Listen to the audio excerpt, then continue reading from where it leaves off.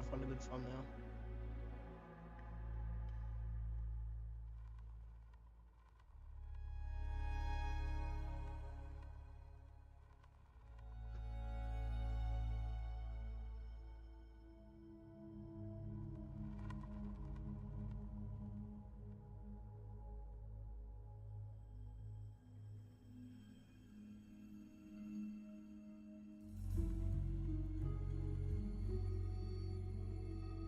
Hello. My mic working? My mic is working.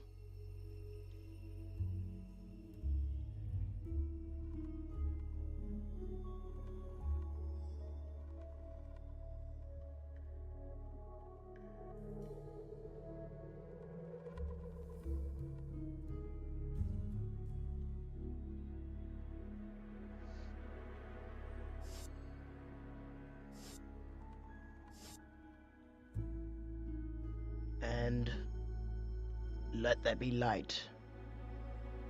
Shh. I'm just gonna test the audio real quick, and then we can start watching.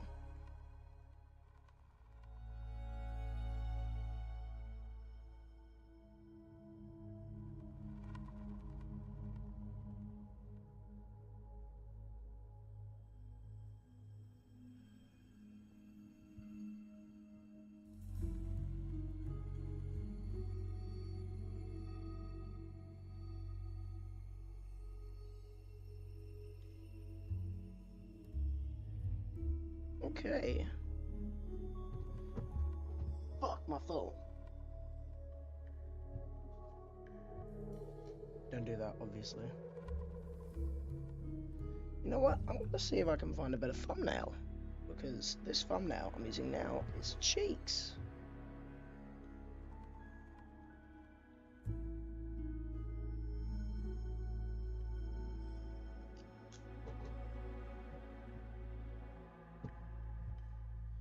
Just bear with me.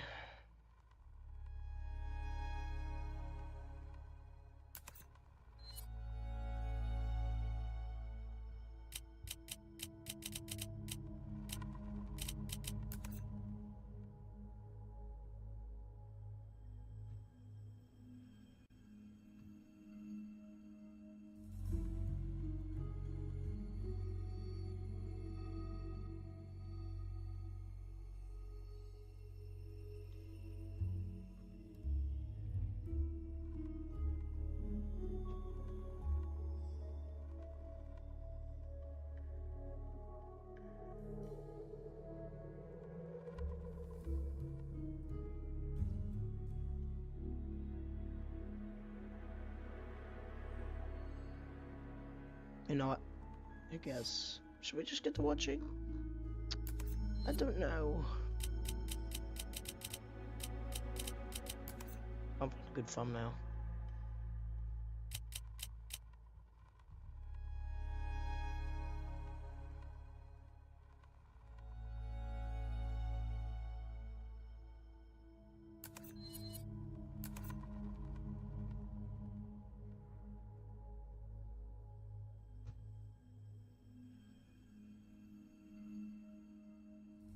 Oh, I know. We'll keep that thumbnail. Alright. Bloop. Just copy some links around.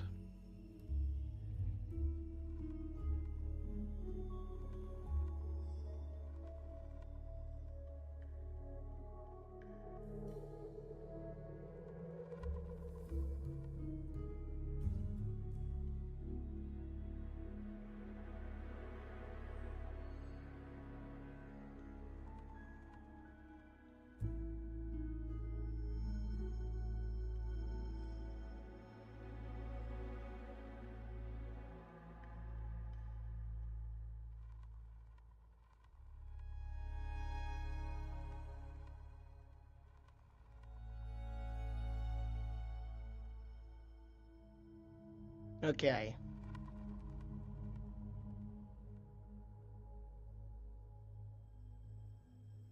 Get to watching, shall we? I'm gonna presume this is okay. No ads.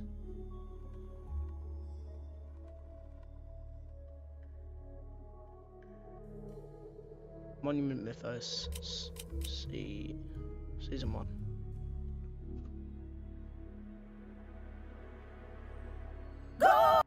No. Alright, let's watch it. We gotta streamline these ideas. We need Grammarly. I've got your back. Following audio is an excerpt from an 1889 interview with the designer of the Statue of Liberty.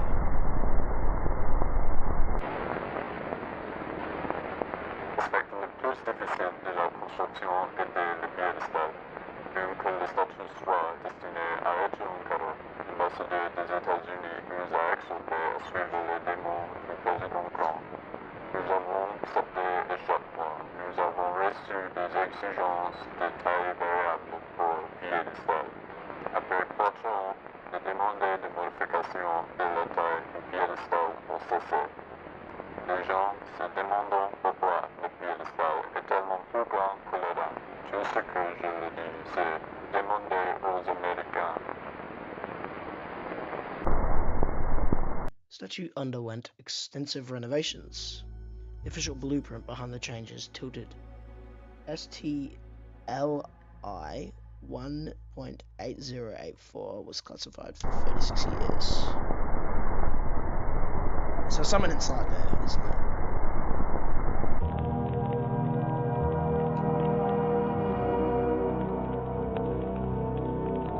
Oh. Look at this fang. I should probably turn the should I turn the RE music off? I kind of like it when it just comes on randomly. Engine? Why is there an engine? Axle? Why is there an axle? Wheels?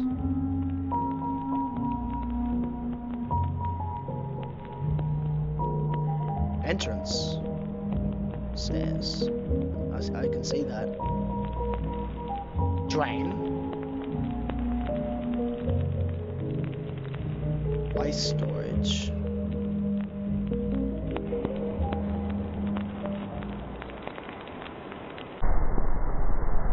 During the summer of 1954, thousands of immigrants described a foul odor while passing through Ellis Island. Yeah, I'm turning this off.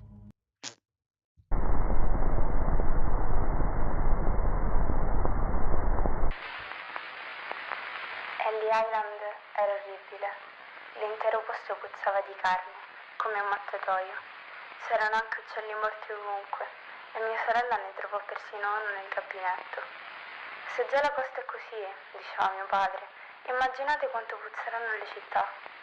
Ricordo di aver sentito altre famiglie dire quasi scherzosamente che volessero tornare a Milano per via dell'odore. La mia famiglia aveva spruzzato profumo e acceso candele per tenere lontano il fetore, ma funzionava solo per un'ora o giù di lì, finché l'aria diventava di nuovo insopportabile.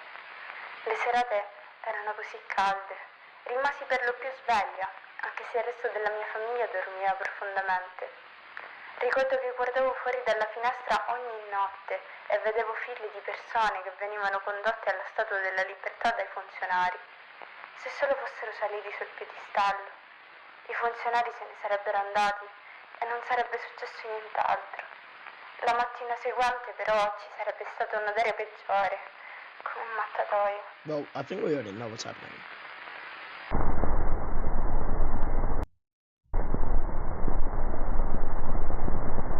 First sighting of the Liberty Lurker.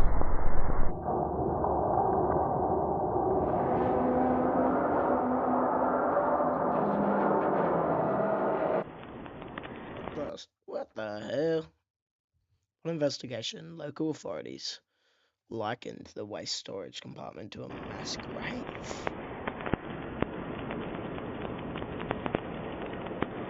If you have family members who were last seen at Ellis Island between the years 1949 and 1954, you may be entitled to be to condensation.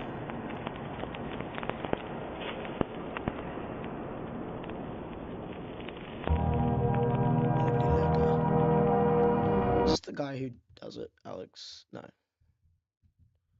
So Alex Cassens. Interesting.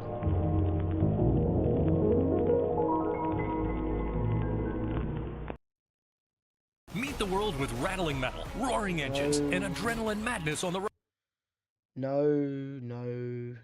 I gotta turn on ad block. Oh, it's not working. roads. The free Rushmore's Revenge. The National Park Service finds the Mount Rushmore National Memorize vandalized.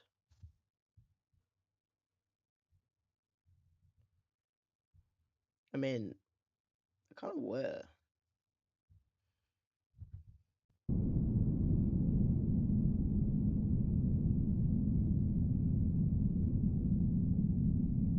Very interesting. It's not peaking the mic when I'm really close to it. It makes me worried.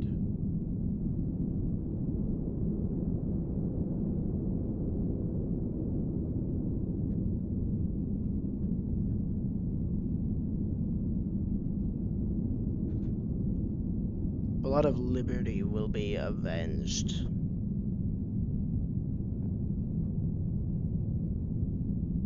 The souls of Lincoln will be freed. Bro, what?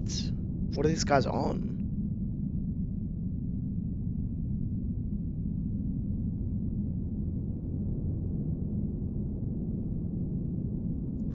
More messages were found at Mount Rushmore.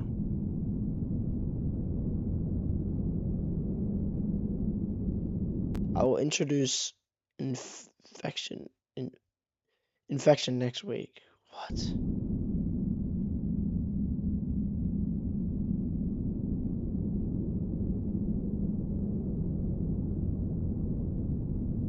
Due to security concerns, the National Park Services assigns patrols for the next 7 nights. Hello? What the hell am I watching? I'm watching Monument Mythos.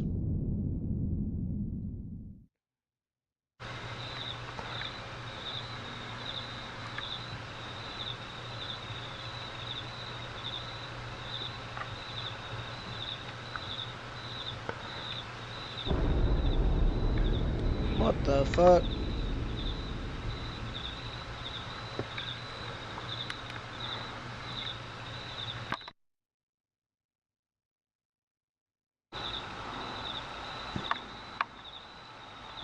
What is happening?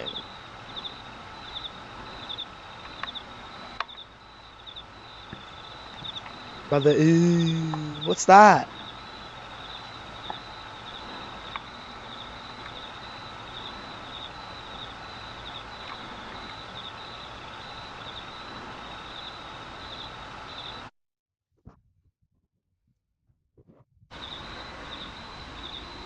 Is it supposed to be like VHS videos?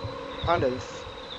Monument Mythos is a analog horror series about an alternate history America. Yes, this is another analog horror because the first one did really well, so I'm doing it in another.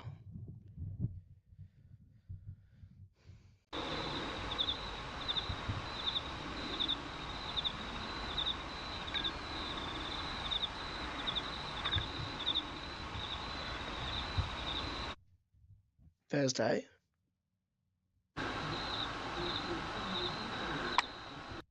Hold up, what? Hold up, what?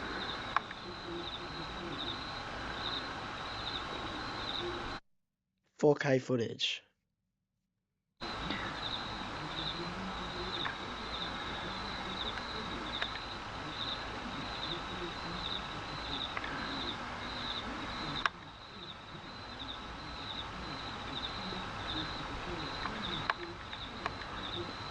Bro, focus. What do you mean I'm doing pretty well? Like fear-wise or view-wise? Oh shit. Remove lens gap. remove the lens cap.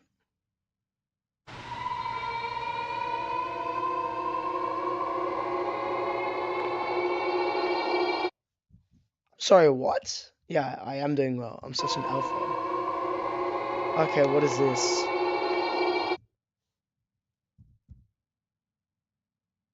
What the fuck? Bro, what? Mount Rushmore smells just like baby powder nowadays. I think it comes from the stuff that the workers put on the heads. Yeah, I see them do it all the time. They go from Washington and what? Yeah, what? What is this on, bro? What is happening?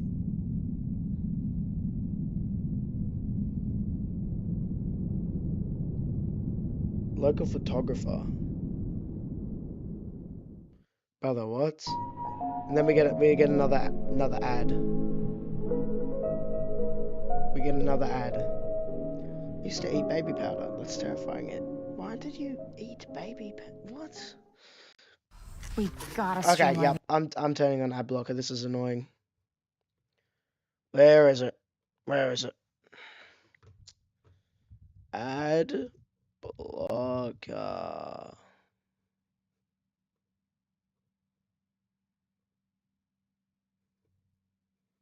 Mm-hmm.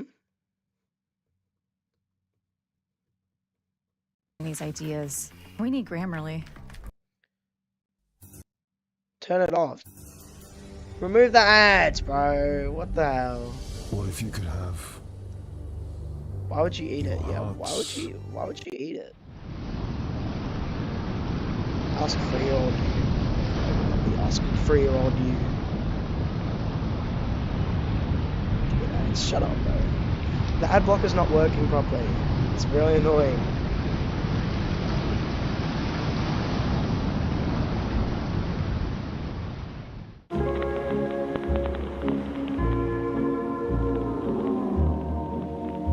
Ooh, yikes. This is a yikes.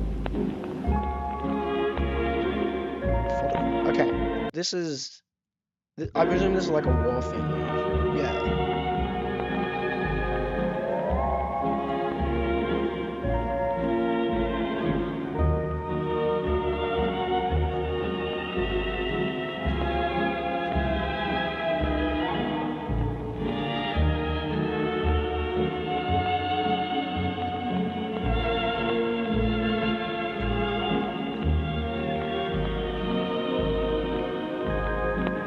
To be honest, you're terrified of going on both planes and boats.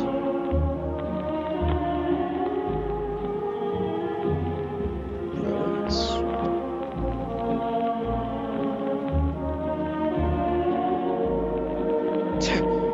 What's a tennis court? The creature.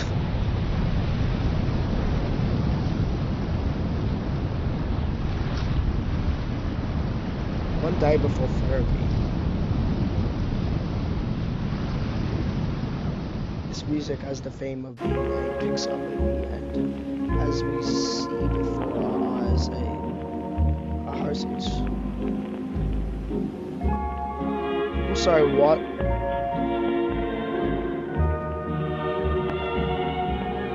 What the fuck?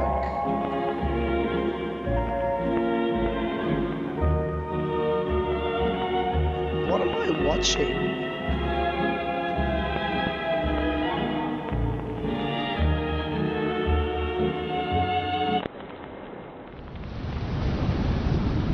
You got seasick, but with boats you can go missing and no one would be able to know where the fuck you are. What the fuck is this? I mean, it's very popular. Radiation therapy.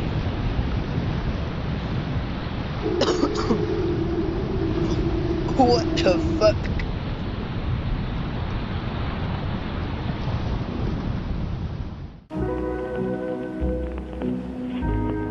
Okay, what is this one, bro? Is that a poo?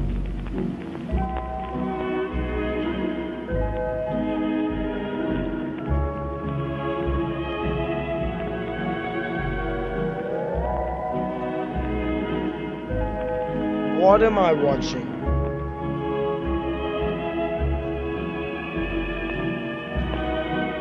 Should like messed up. Whoa,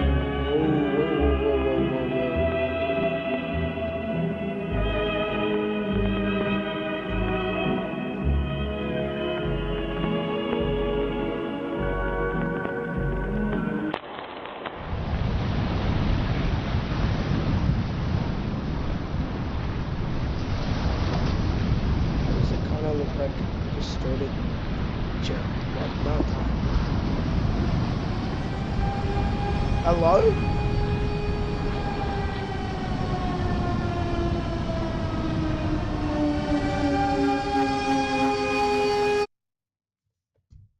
What? Oh, Alcatraz. That's what it is. What the hell's going on? I don't know.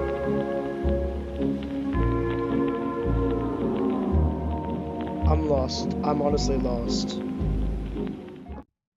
Meet the world with rattling metal, No. roaring engines, and adrenaline madness on the roads. Should The we free stream this? multiplayer action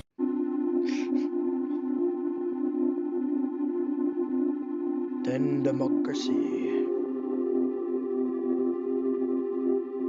During a program of ABC Evening News, anchor Peter Jennings told viewers to Oh, look this one's forward to longer. next week for a special broadcast of national significance. Jennings would continue to remind viewers of the special broadcast over the next 7 nights, even referring to it at one point as the most unprecedented announcement in recent history. Okay then. A week after its first mention, Jennings reminded viewers of the special broadcast one last time, asking them to pay attention later that night for an exclusive look at the greatest gift to the American people. Due to the anticipation built over the week, over 60 million Americans tuned into ABC, waiting for the evening news to end and for the special broadcast to begin. There were countless theories as to what would occur, from the announcement of alien this is life to interesting. the declaration of an all-out nuclear war. Speculation was brewing intensely. Once the evening news program ended, a black screen with a 10-second countdown commenced with the title Dean Democracy. Some viewers, so terrified of the threat of nuclear war, reportedly experienced nervous breakdowns and ran down the street declaring that Dean what the Democracy fuck? was the code name for an all-out nuclear holocaust. Yet once the countdown ended, all fears were soon replaced with tears of joy and an excitement not seen since the end of World War II.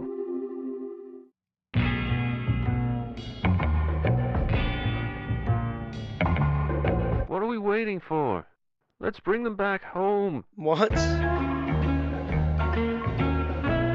In the seconds following James Dean's presidential announcement, I don't know. hundreds of thousands of neighborhoods erupted into celebration.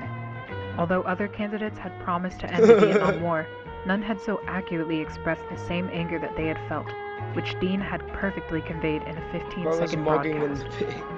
Due to popular demand, the ABC Evening News was canceled the next night, replaced by a 30-minute loop of James Dean's presidential announcement. The broadcast was watched again by over 38 million Americans, and the parties continued for the rest of the week. Bro, what?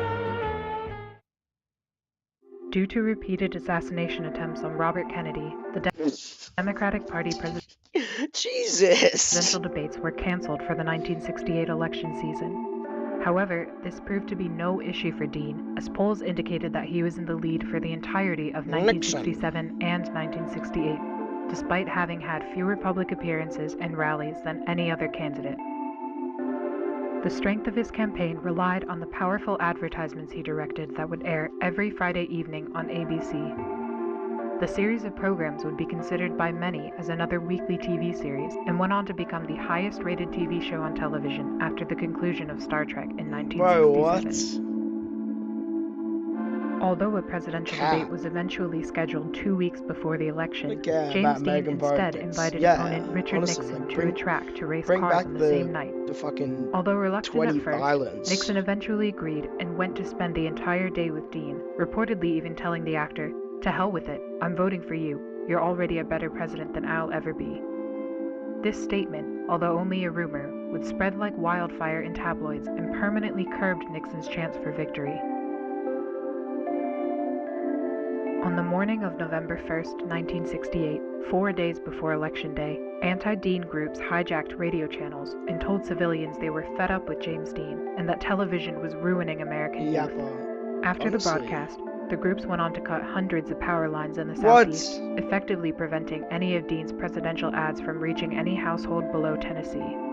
Dean quickly heard of the incident and, despite the risk of an assassination, flew down to the south and quickly went to work with local electricians to repair the broken power lines. James Dean would be met with a supportive crowd, primarily younger voters who were eager to see a younger face back in the White House. Elderly white conservatives, often the parents of the younger supporters, remained in their houses and occasionally peered through their window blinds to catch a glimpse of the handsome candidate. Although it wasn't known to Dean at the time, hate groups in the South had perpetuated the idea that he was Satan in disguise and cited his What? good looks and his love for jazz as being clear come on, signs of the Looney devil. Tunes. What?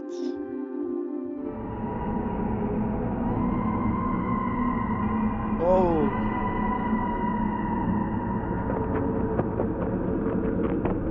What? What am I watching? James Dean is no man. What? Elderly white conservatives in the Southeast would be the only demographic unfazed by his campaign, yet Dean continued to travel from state to state, repairing power lines for 4 days straight until the very morning What of kind the of election. slideshow is this? Honestly. On November 5th, 1968, James Dean received 75% of the popular vote with 395 electoral votes. Nixon congratulated Dean in a phone call the following morning, but Dean refused to acknowledge the win and instead asked to race cars again at the track.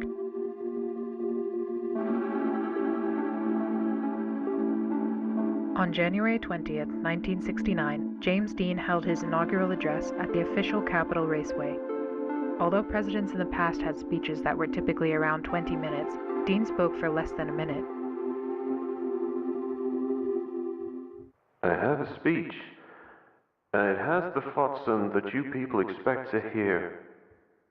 But that's not fair. No, that's Those not fair old at people are all. crazy. I'm Yeah. here for all of Honestly. you. It's only fair that you speak for yourselves. My words shouldn't be louder than yours. So I brought many other guests to speak. That's AI. They're just people like you and I. In the same time that many other presidents have spoken by themselves, America will speak. Thank you. That Obo has speech problems. Mm-hmm. Dean proceeded to introduce many groups to the microphone, including civil rights activists Yeehaw! and Native American families. Martin Luther King Jr. would also come forward to speak in his first appearance since an attempt on his life 9 months prior. President Dean would conclude the inauguration with a brief bongo performance and went on to race Richard Nixon at the track. In subsequent presidential inaugurations, those who disagreed with the elected president would instead celebrate Dean Democracy Day and protested by watching Dean's unique take on the address in place of the actual one. In a televised address, President Dean planned to inform Americans of his first 90 days in office. However, That looks 6 weird. seconds into the That looks broadcast, like it's AI the audio or cut out something. and remained I absent for the didn't come remainder here of the for speech. American history. That's literally the series. It's about an alternate history America. So you literally came here for an alternate history America. Although anti-Dean I groups don't know claimed what you're on responsibility and about. took pride in the sabotage, many civilians claimed that it benefited the president. The silent broadcast highlighted President Dean's I'm sincere audible, right? facial expressions and lively disposition, as You opposed to can the hear me, stern right? and stiff personalities of Just prior gotta check. administrations. Viewers were proud to see a man in his prime at the most important position in the country.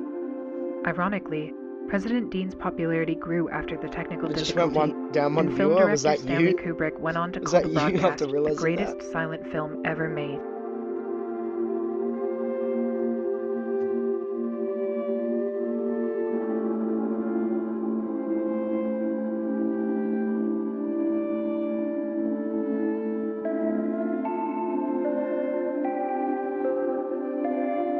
That one was just not really. There was no spooky things in that. You know? They've still got time for something a little spooky. Like a little goblin jumping out going, ah!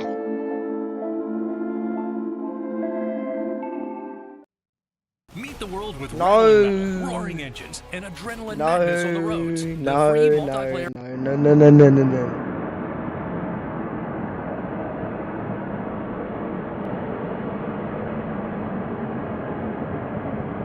On August 17th, 2003, Air Force One made an unannounced trip across the continental United States.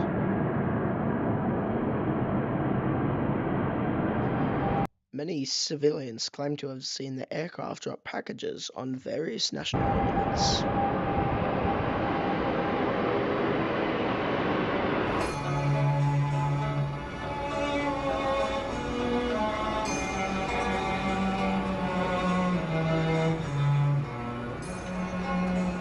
Bro, what?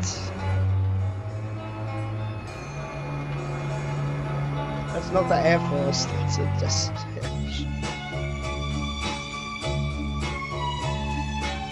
Mount Rushmore, yeah.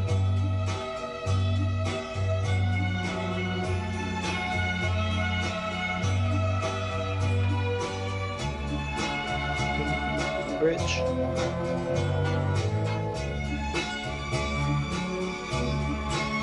Hey! See it spread? See it spread? It's spreading.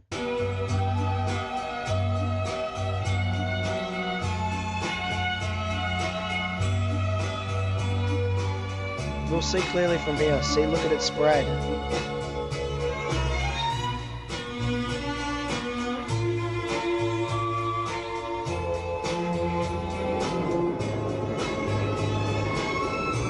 Bro, what?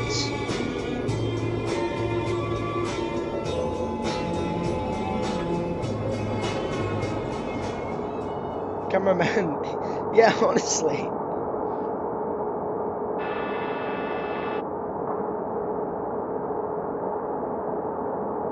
Okay, buddy. Okay, buddy. Okay, buddy. Okay, then. That fucking... The only thing that scared me there was the... Brother, White House officials later disclosed that the unusual flight of the Air Force One was unauthorized and unmanned.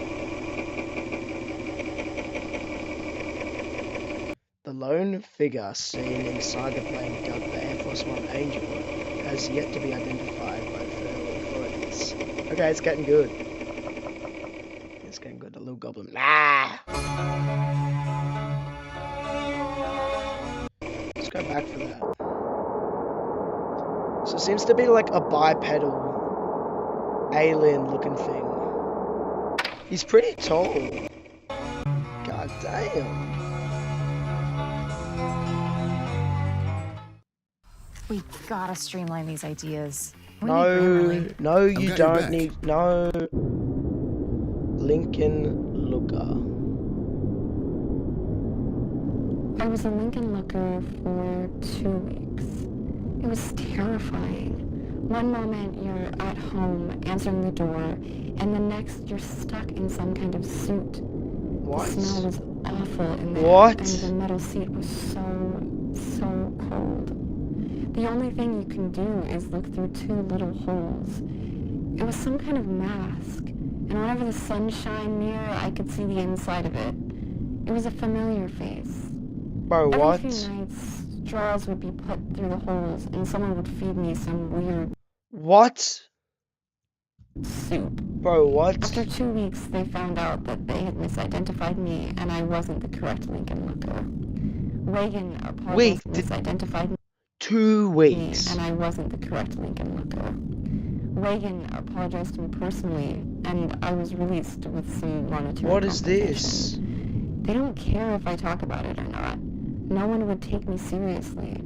Lincoln looking is just too absurd.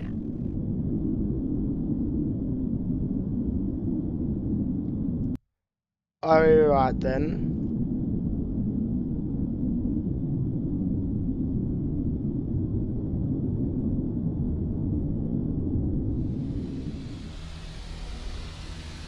There's always that someone that we dislike more than everyone else. Not usually famous or important, but they've done something that's affected us personally. I've been near the, the only person who I don't know. And I've been that bad, but memory hurts. Everyone experiences this, and the president is no exception. Except he can do something about it. Every president can choose one person to be a Lincoln looker. After the alibi is fabricated, the person is abducted from their home, and they stay a Lincoln looker for as long as the president sits in office. What? Nobody can question his decision. What is happening? There's no trial. You might be surprised, but it's nothing new. It's been a tradition. Lincoln lookers have been around for a very long time.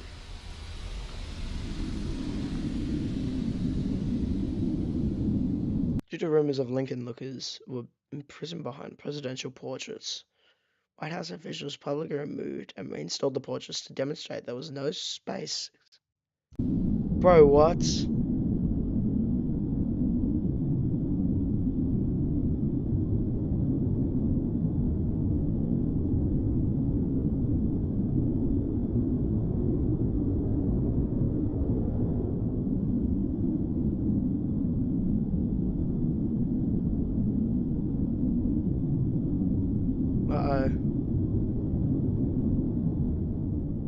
Hello, we are not available now. Please leave your name and phone number after the beep. We will return your call. Okay, that's AI. Hey, Eunice. What in the hell? Howard. Yeah, bro. I don't know what I just saw. I was at the top of the steps, reading the inscriptions and talking to visitors, when I started to hear a faint scratching sound. I didn't think much of it at first, but when I got close to the chair, I realized that the scratching was coming from inside the marble. I be hitting that pose when you get caught cheating. So I went to a guard and asked whether she could do anything about animals that could be trapped in there. She told me not to worry about it, and that they'd take care of it once there were fewer visitors. A few minutes passed, and the scratching became much louder. I went back to the guard and asked what kind of animals usually got stuck in there, and she said, wild animals. Who's using the blush emoji? The sound started to make visitors anxious. I remember one boy pulling so hard at his mother's hand, begging to leave. Gotham! A blind girl with one of those canes went up to the chair and pressed her head against it to listen. Then she started crying. Her parents tried to pull her away, but she just began to hit the chair with her cane. That's when the guards asked everyone to go back down the steps. I don't know why, and it's going to sound crazy, but I felt compelled to help. So I went to the blind girl and joined her in hitting the marble. It's Superman. No, it's the guards not. tried No, to it's pin not us Superman. down, but the scratching became too loud for even them. That sounds nothing. Yeah, that sounds nothing like chalkboard. Batman. Eventually, the marble began to crack. What? And a few more hits caused the crevice to expand all the way to the top of the chair. There was a sudden burst of air from the damage, and the head suddenly turned toward us. I was afraid it would fall, so I picked the girl up and went down a few steps. The head slowly rotated back into place, and when it started to be pushed upwards, I took out my camera. It was no wild animal. Yeah, it sounds nothing like Batman.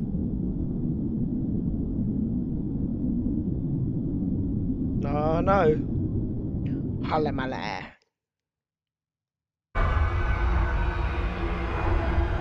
Oh, okay.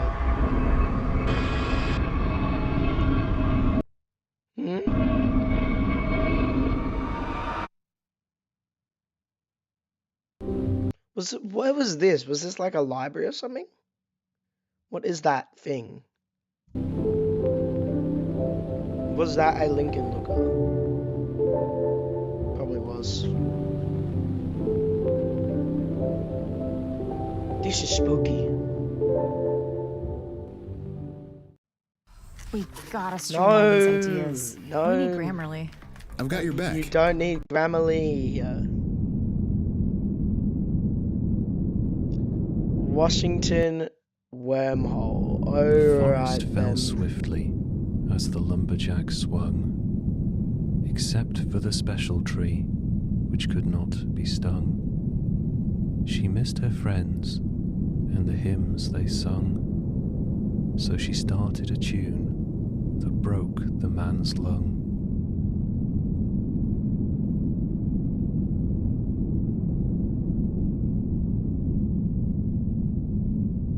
What?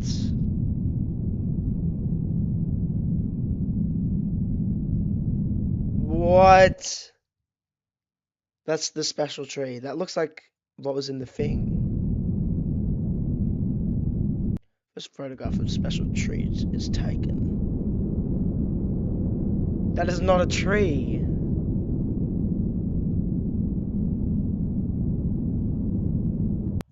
Oh God. Oh. Oh God.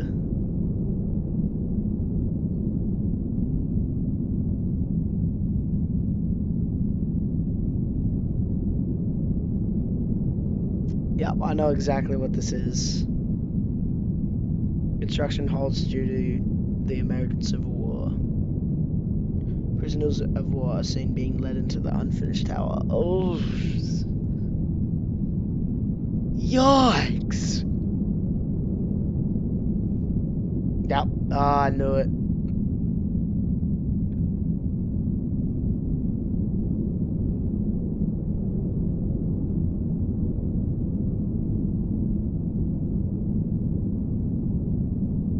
Oh, visit the Washington Monument and listen closely. Oh, hell no.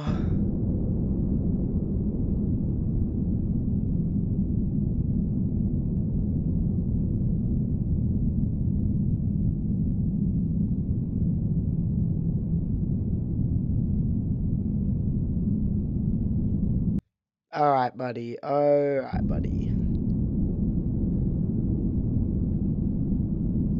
From 1910 to 1971, 20 individuals disappear while visiting the Washington Monument. Yikes, a little bit of a yikes. The missing visitors are known as Washington I don't know how to speak.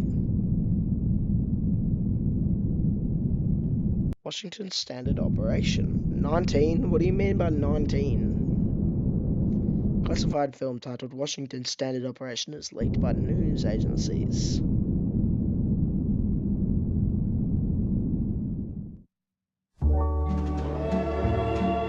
That's a lie.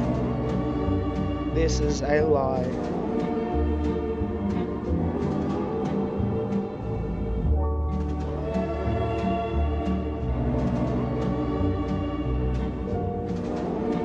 No, hell no. They showed 19 photos.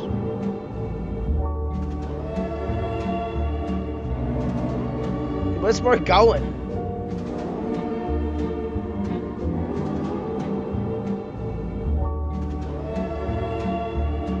What?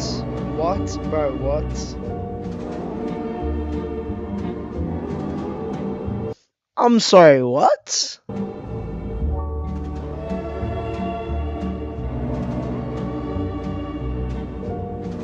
Okay then. Okay then, buddy.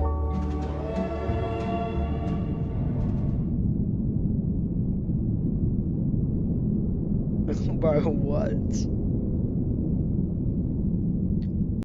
The infection is nigh, the music of Washington will end.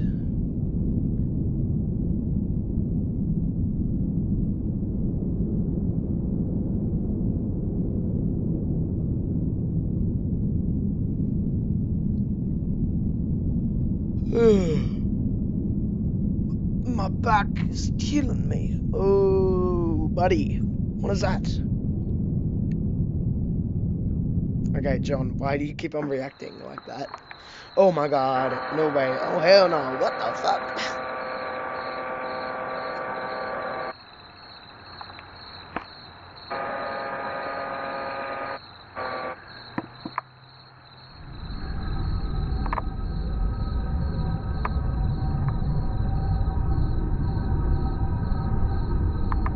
What?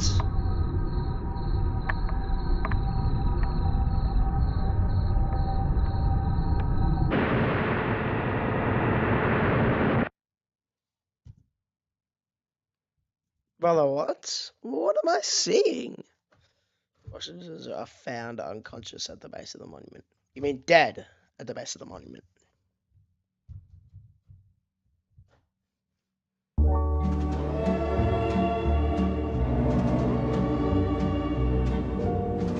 That's why it's called a wormhole. How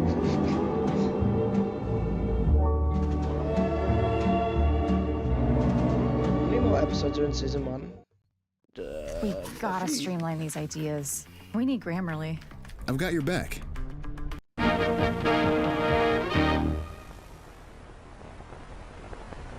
An accidental discovery made by 2 fishermen has sent shockwaves across the nation. Around 4 p.m. on Christmas Eve, Ralph Grassman and Michael Tillman were reeling in their last batch of catfish when something on the ice caught their eye.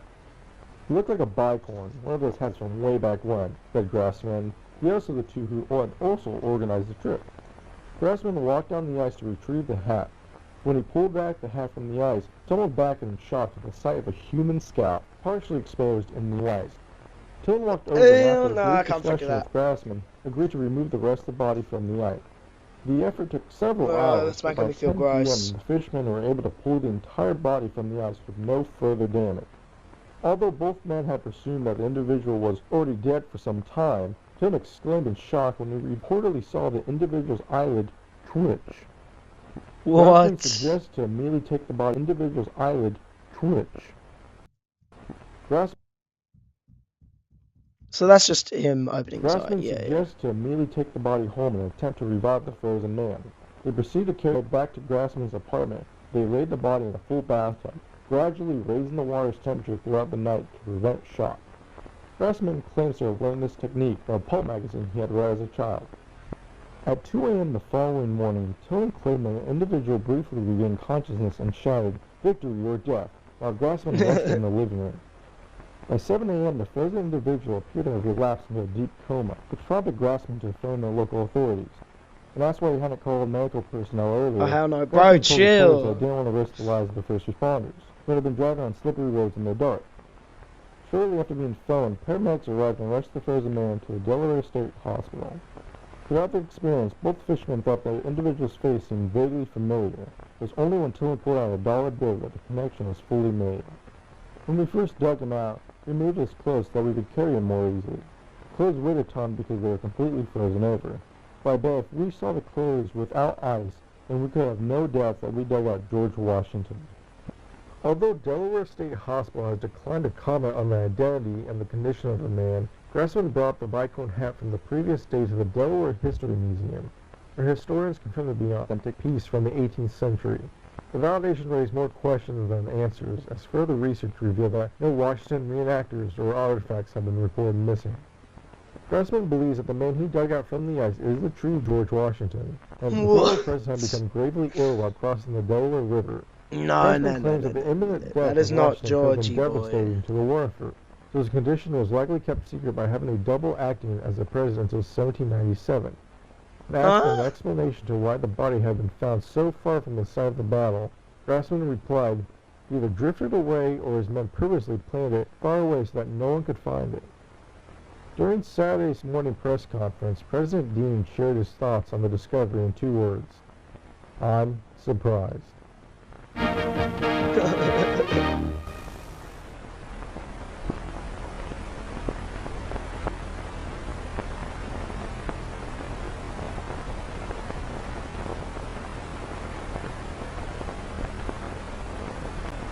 Bro, what was that? What was that one, bro? We gotta streamline these ideas. We need Grammarly. No Grammarly. I've got your back. No. Can't be Georgie Porgy. This is a long line. Rocket Feller Zoinks.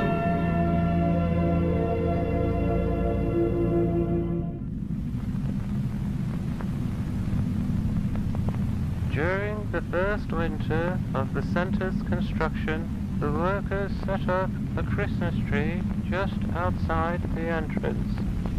It was an uncanny sight to see a green fir stand in the middle of what appeared to be a no-man's land. But this tree, humbly ordained with strings of cranberries, buttons, and tin cans, greatly affected me. It demonstrated that even in the darkest of times, the American people will light the beacons of hope. I thought it could be the start of a great and inspiring tradition, so I traveled north to Babylon in search of a Christmas tree for the following year.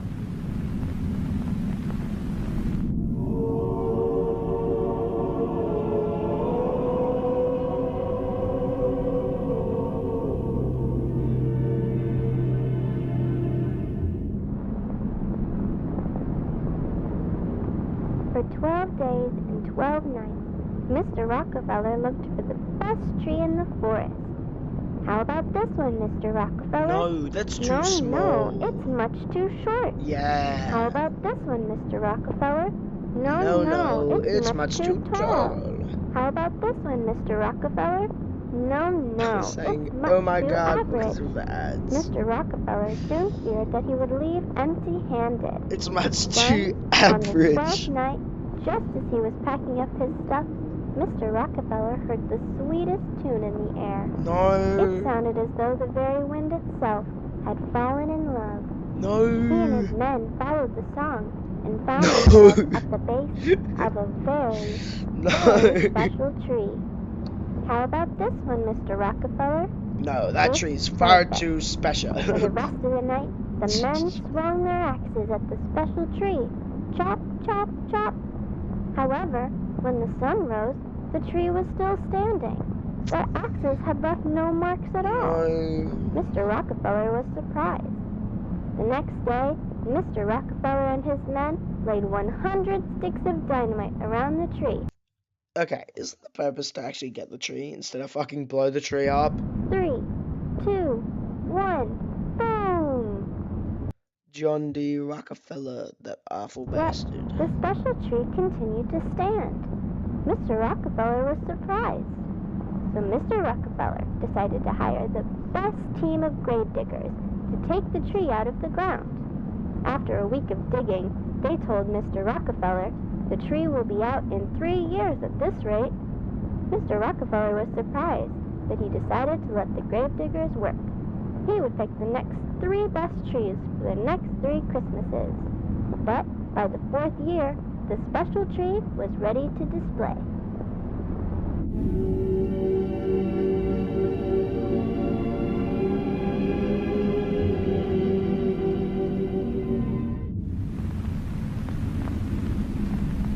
For the last 2 years, I have seldom mentioned the tragedy that occurred at the center.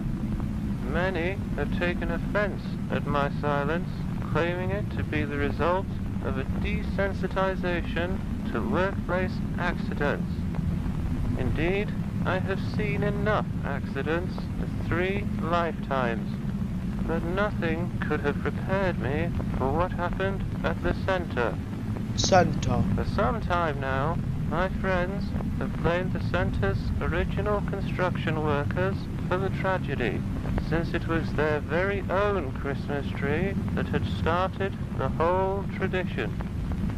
But the truth is that their tree brought joy and wonder to the public. It was my tree, and my tree alone, that brought about the unprecedented loss. Yeah, your fucking tree sucked.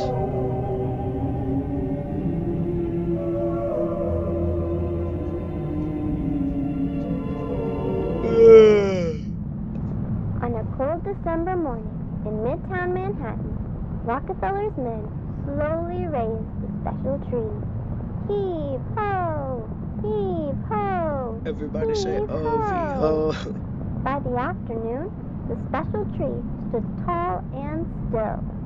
It was unlike any other tree, having no color, branches, or leaves. The mayor of New York, Mr. Gardia, thought that the tree How would it have no color? was too bare and asked for branches to be added so that ornaments could be hung. Mr. Rockefeller didn't agree. He thought the tree was perfect, just the way it was.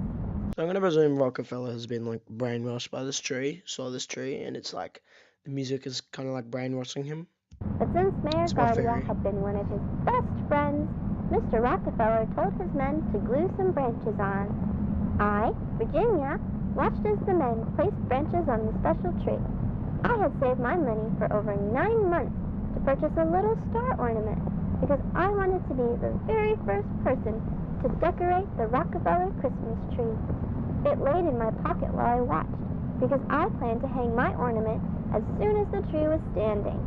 After the final branch had been added and all the men left, I quickly ran up to the tree. But to my astonishment, the lowest branch of the tree was over twice my height. I jumped as high as I could, but still, the lowest branch was out of my reach. I was very disappointed. I wanted to be the very first Understand person that to it decorate is the tree, a white but tree now I that had is a no little chance. translucent. Oh. Unless I called my friends. At once, No. I began counting my friends on my fingers. There was Helen, Charles. Charles is a bitch. Elizabeth, Alice, Joseph, Elsie, Orville, Edith, Olive, and Philip. Fucking Philip. 10 friends that I could ask for help. Then I realized that 10 friends standing on each other's shoulders could put me at the very top of the Christmas tree. My star could be the first and the tallest.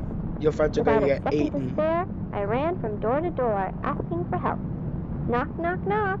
Helen, are you there? Knock, knock, knock. Charles, are you there? Oh, Charles got a little dog. Knock, knock, knock. Oh, Elizabeth got a cat. Eventually, I gathered all 10 of my friends at the bottom they're all of the gonna die. Rockefeller They're all Christmas gonna die. tree. I told them my plan, to have them all stand on each other and form a ladder for me to climb to the top. My friends understood my excitement, and they quickly started to climb onto each other's shoulders. Ow! Helen had stepped on Charles' fingers. Fucking Ow! Helen. Charles had stepped on Elizabeth's fingers. Ow! Elizabeth had stepped on Alice's fingers. After many groans and tumbles, my friends formed a sturdy ladder, and I began to climb. That is not My sturdy. joy grew with every passing face, and before I knew it, I was at the very top, looking down at the tree. My ladder of friends swayed back and forth, and occasionally felt like it was about to collapse. But I tuned out the movement and focused on the tree. Closer, friends, closer. Then I secured the metal star at the top of the tree. It was perfect. Hooray! Victory! I'm the first. It's not Just perfect. then, there was a strange sound. The tree began to shake. Its glued branches fell off all at once, and the entire tree slowly bent backwards. Soon, the very top of it touched the ground, forming a perfect arc. It was like a very strange rainbow. Bro, what is My heart this? sank as I saw my star gently slide to the ground from the tree's top. Bolts of lightning then shot out from inside the arc of the tree, producing thunderous booms. The lightning scared my friends and me. We all tumbled to the ground and ran in all directions, but the lightning caught up to us. What? I was blinded by a great white What? light. I remember when my eyes adjusted, I was in a field of special trees, and I saw trees, and So many people. One man ran up to me and said the trees are not I trees. saw. Yeah, obviously. In a flash, I returned to the street where my friends and I had been struck by the lightning. We were all on the ground, being attended to by other people. I had scratched my legs badly, and I could see that my friends were also hurt. I looked up at the Rockefeller buildings, and I thought that they looked a little different. The whole street looked a little different, and the special tree was nowhere in sight. Brother, what?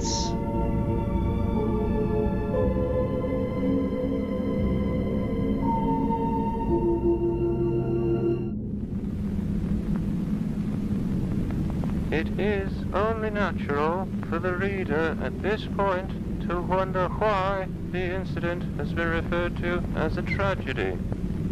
There had been no loss of life, and, aside from a few temporary scorch marks on the center, no damage to the surrounding property.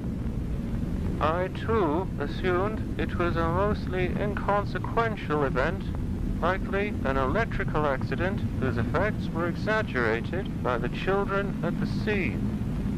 I was grateful that every life involved had been spared. A death at the center would have weighed heavily on my mind for some time. But when I encountered the results of the children's medical examinations, I wished that a death had occurred in place of the unfathomable.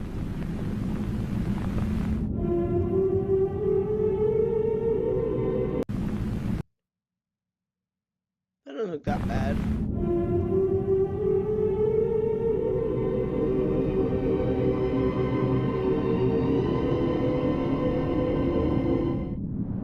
My mom and pa visited me at the hospital, but they looked completely different.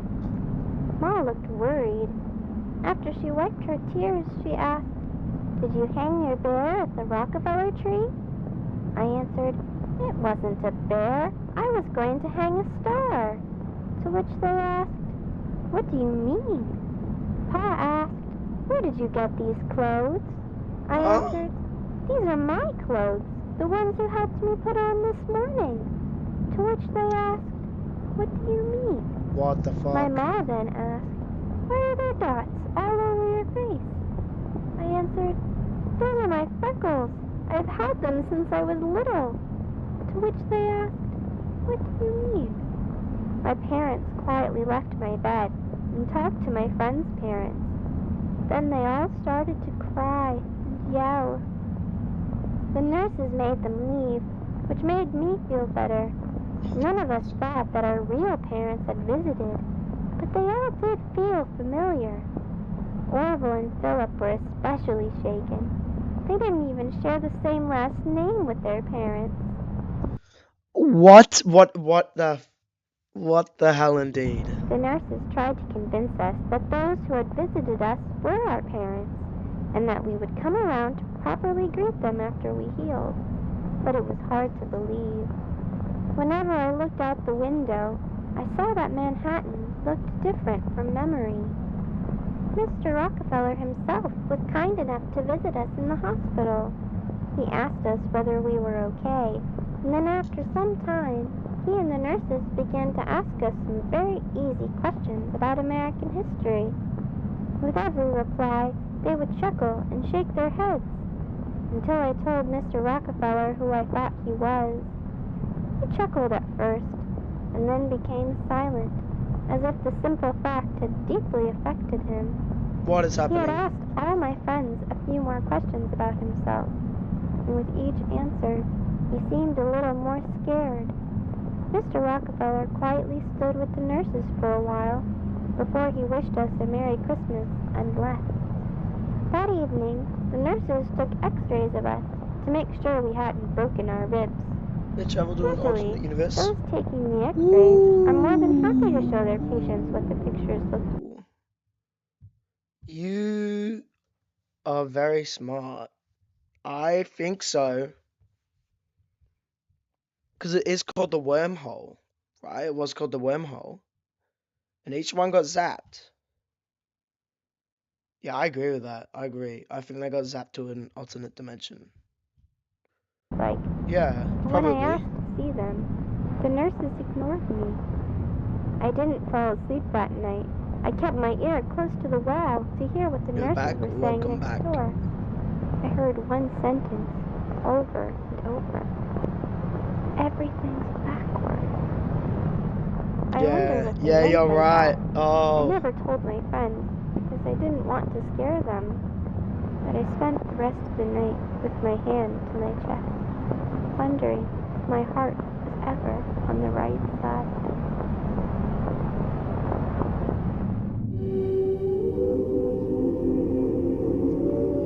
And it's called Virginia in Wonderland. Oh, you're so right. Oh, you're right. Yeah, honestly though, Kirby, like, For several it's still weeks, good, the but children like, people were are kept hyping it under up way too much. observation Like, at I the like Columbia other series way Presbyterian more. Hospital. I visited them as soon as I had the chance to. All the families of these children were deeply unsettled, but they had all independently come to the conclusion their child had been replaced by a doppelganger. They claimed that these new sons and daughters possessed substantial differences from their real children. The majority of differences involved altered physical attributes and the inability to recognize familiar locations and characters, such as their parents and their homes. Two boys even claimed to have names different to those that their mothers had given them at birth. But of all the discrepancies, the most bizarre was their faulty recollections of notable persons and events. For instance, each of the affected children claimed that I had become the Oh shit. Damn it, I had my phone on the thing. Did you hang your bear? Differences, recollections of notable persons and events. For instance, each of the affected children claimed that I had become the wealthiest man in America through an oil monopoly. What? It is common knowledge that I did indeed work at an oil refinery in my youth, but to entirely deny my 2 terms as president and insist instead that I had always been a mere philanthropist struck me as being particularly odd. The families were agonized by the children's behavior. Some continue to search for their real children. I support their endeavors, for I do not believe that the children's afflictions were the result of hysteria. Every day, I find myself recollecting the day that I had selected the tree. I've never jumped up from Since something so minor in your the life. difficulties involved in the removal of it should have repeatedly discouraged me. And had I been discouraged, the families of those children would not be experiencing the anguish that they currently have. Perhaps I never had the opportunity to select another tree. Perhaps I was meant to select that tree regardless of my persistent character. Regardless. Perhaps we are all trolleys, forced to follow the path Maybe of the we're track all to dreams. each of our destinations. I take solace in that thought. Or perhaps the tree chose me. Oh, baby. That's a hanging body. Hanging from the tree.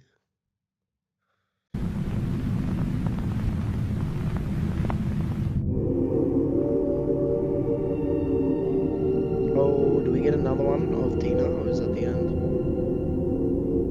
Tina? No, name's for Tina.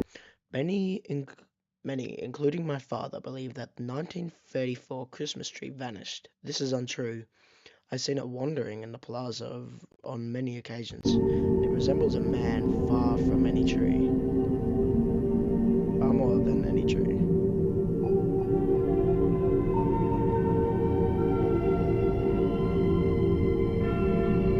So season 2 of Monument Misfires better than season 1?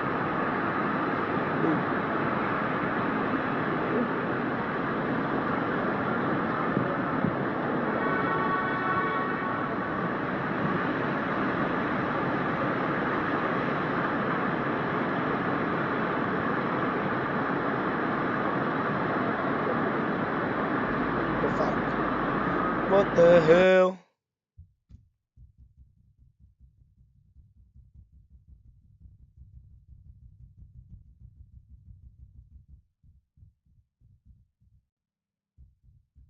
Yeah, that looks like the tree doing electric stuff. Okay. Alright.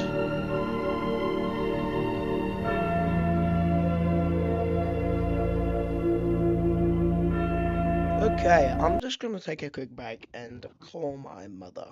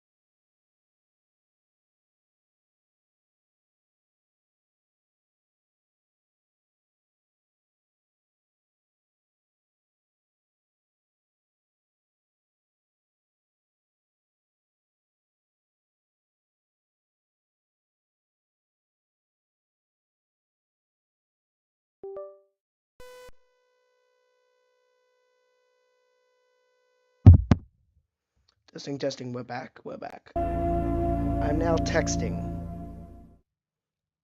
Learn German with great German TV. No. Wirf dem Hund ein Stück Fleisch hin, wird er immer danach schnappen. Gib dem Menschen Macht. Rare from fun. Oh, this one's gonna be rough.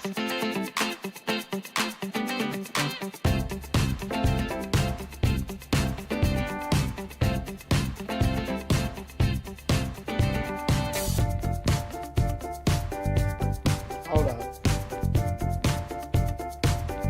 Wait a sec, guys. I gotta go help my dad bring in the shopping. I will be back. Oh, shit.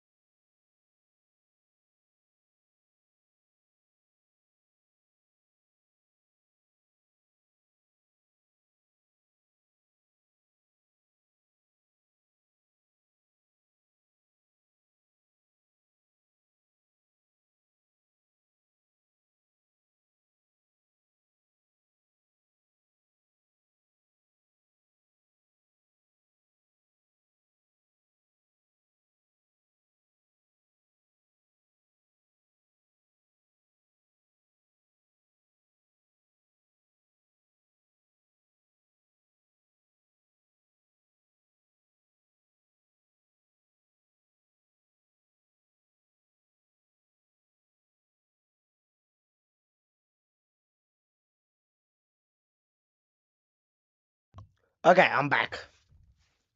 Sorry about that. It was a little bit of a kerfuffle that happened. Very sorry. Very, very sorry. Here we go. I got some spaghetti. Hopefully I don't ruin my shirt. Oh, that kid is not gonna fly.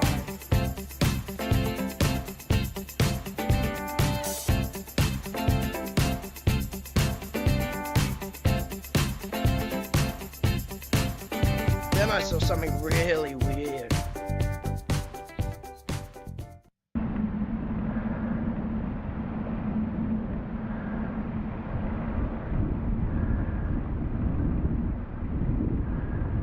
Well, like, dude, that's really weird.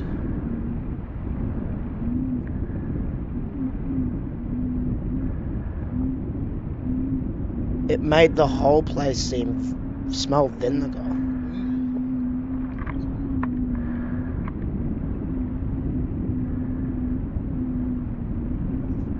Out of top. Fuck.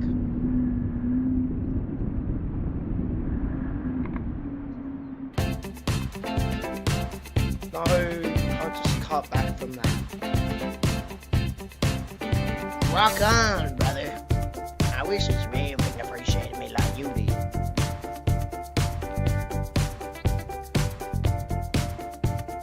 I hate this red thing I spit on you. Am I sort of get? Oh, that's just Billy. He's just slightly goofy.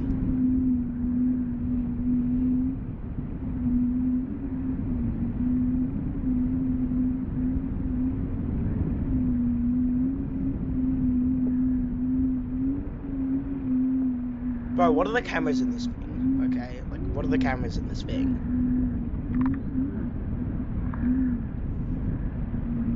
Like, they're so bad.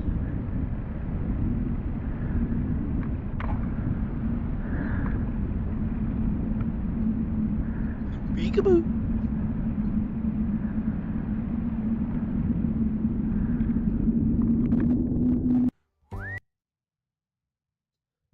Mate,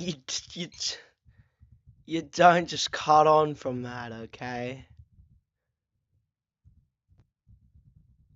The face. Crocky. Bonus stuff.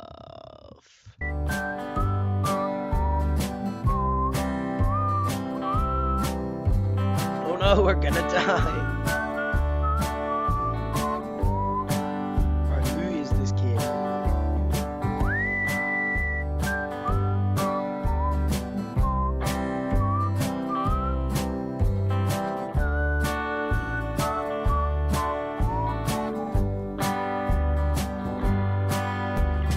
It's weird how everyone treats us so normal. Like, if this happened here, like, this PowerPoint presentation wouldn't just be like starting on, then we saw something really weird. No, it would be, guys, we saw something really weird from the start. Find out what you saw. It's called the...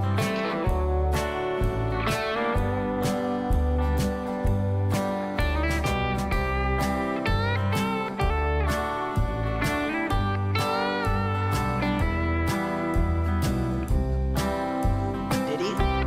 Did he? I think that... What is happening? What am I watching?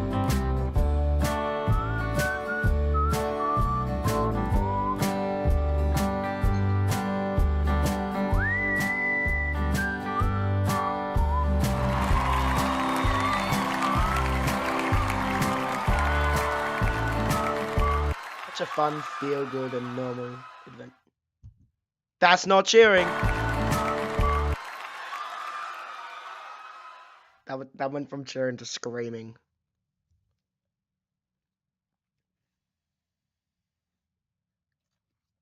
Learn German with great German TV. We went from family to German. Yeah, head off trail. Oh god. Freedom. Freedom Father.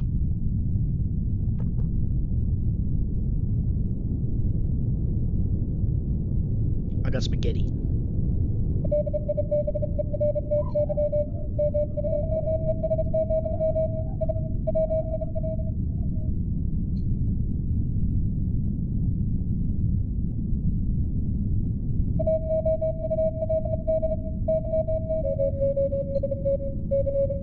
Most certainly. So this was OG statues of Liberty, I presume.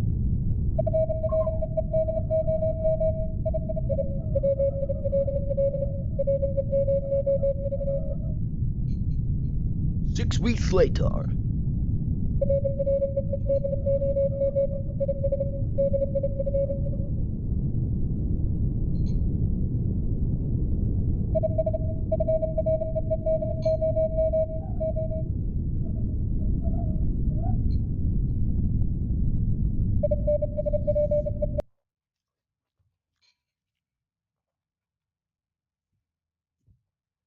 Okay then.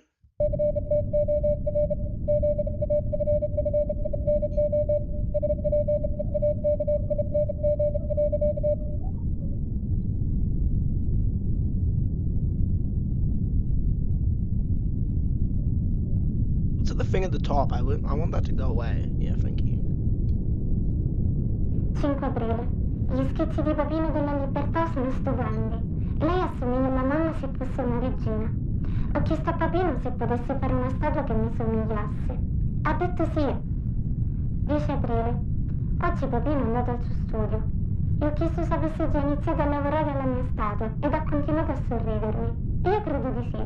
Papino è molto gentile. 13 aprile. Non abbiamo avuto notizie di papà per un po' di giorni. È già I successo just in want to eat my passato, spaghetti. dopo I che need è to dovuto read it. lavorare al suo studio per tanto tempo. Ma la mamma oggi era molto preoccupata. È andata nel suo studio dopo avermi messo a letto. 15 aprile. Mamma è tornata a casa stanotte. È andata dritta verso la sua stanza. 16 aprile. Oggi è venuto l'ispettore. Ci ha chiesto di Papino e poi è andato nella stanza della mamma. Un paio di momenti dopo sono arrivati più uomini. Mamma stava piangendo. Continuano a gridare: lei ha i suoi occhi, lei ha i suoi occhi. Ero spaventata. She has his eyes.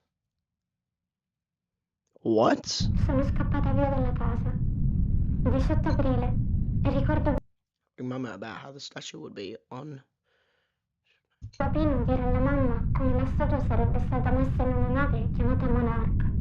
Sono andata al porto e l'ho trovata ancorata là vicino. Hold up.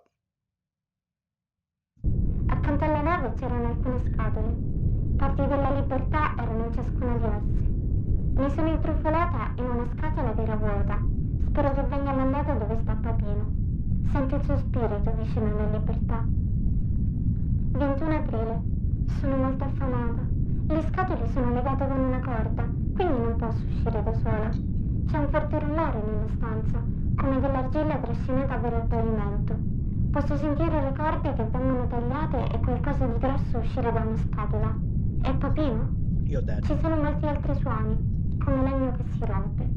Dato che le corde sono rotte, sono uscita in fretta dalla scatola ed ho trovato del pane e della frutta nella stanza accanto. Mi sono sbagliata. Non è Papino, ma ha i suoi occhi. 24 aprile. Okay. Ho paura a rientrare di nuovo nella scatola. Ieri ha fatto suoni più rumorosi. Mentre cercavo per del cibo, credo che mamma mi abbia vista. La scatola è l'unico posto per nascondersi. Le corde continuano ad essere rotte da quella cosa con gli occhi di Papino.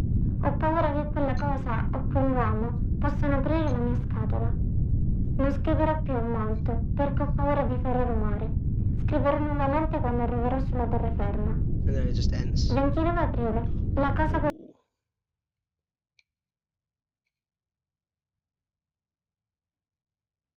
gli occhi di papà oggi mi ha presa. Mi ha tenuta mentre correva attraverso la giungla. That'll be a cool thing. I'll run again when I'm on land, and then just stops there. La sua spada ha tagliato centinaia di alberi. Non ho potuto vedere molto in un buio, ma ho potuto vedere gli occhi di papà fissarmi da quelle palpebre metalliche. Oh, is that a Lincoln Looker? Siamo scesi giù per un buco Maybe. e in una grotta profonda. Dopo avermi messo a terra, ha acceso un fuoco colpendo le sue braccia contro delle pietre. Ormai è da ore che affila la sua spada con le rocce, ma non ho mai guardato la lama. Oggi, sin da quando ho iniziato a scrivere, la cosa con gli occhi di Papino ha fissato me. El Papino.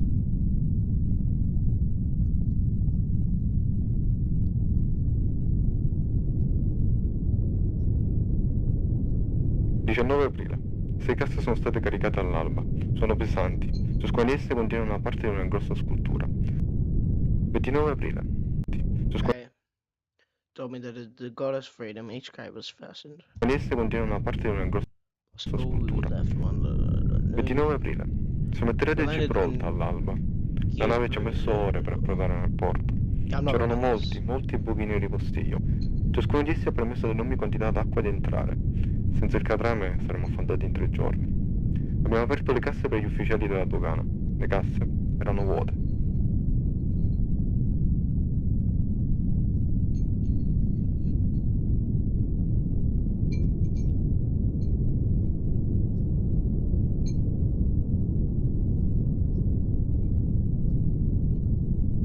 On the morning of April 29th, we received numerous reports regarding a tremendous force that rushed up the rock, which tore down hundreds of trees and created several landslides throughout the previous night.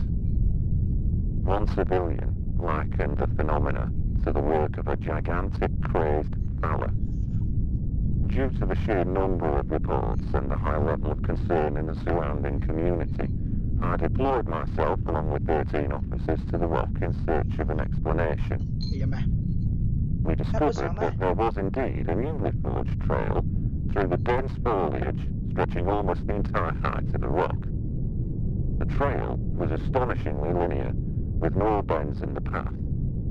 The cuts to the trees themselves were precise. The downed trees continued to be warm to the touch, presumably due to the extreme speed of this force.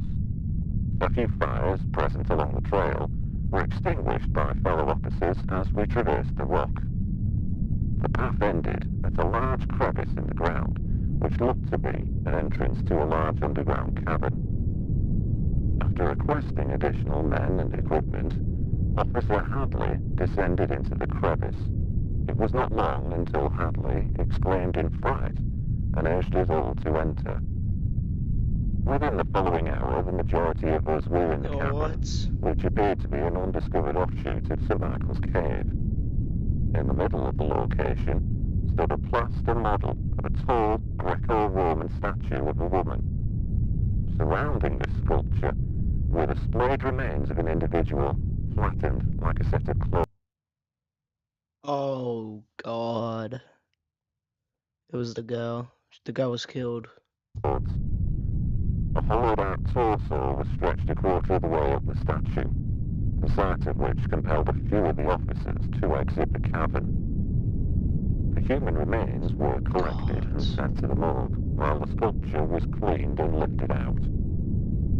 The statue's blade, held in its right hand, matched the cuts present on the downed trees. Oh, no, bro. She was killed by it. Fantastical implications of this detail, the Gibraltar police force officially concludes that the work of the crazed fella was nothing more than the result of heavy winds. During a secondary investigation, a journal was discovered in the cavern. A translation of its Italian text is in progress.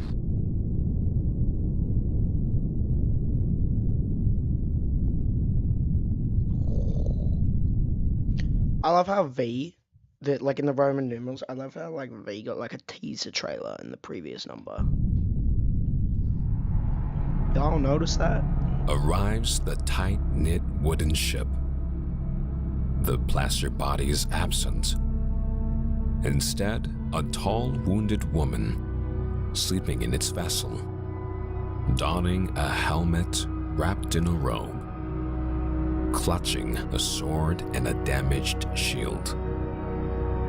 Overheard a conversation with the captain, a violent conflict with freedom at the port in Gibraltar. They tell me inside her is the blaster, and I walk away, silently believing freedom craved liberation so terribly she tried to take it for herself. But off the ship, she was dragged away. What is happening? Locked up. Freedom in chains. They tell me I have to take it out of her. She's so using the hook, girls. Rope.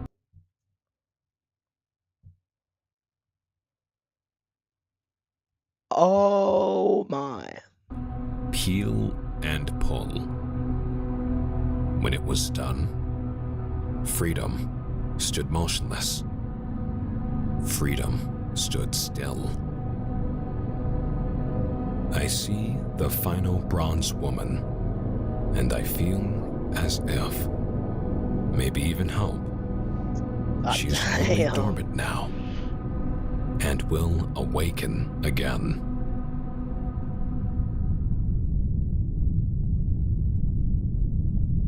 Sculpture.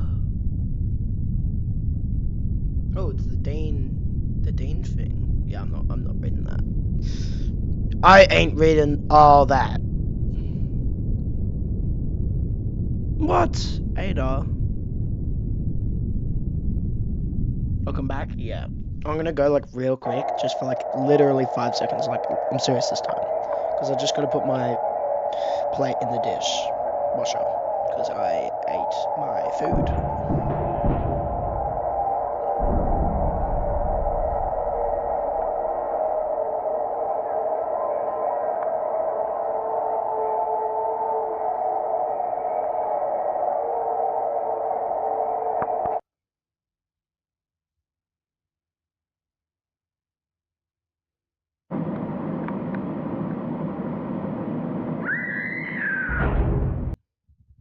Hold up, what?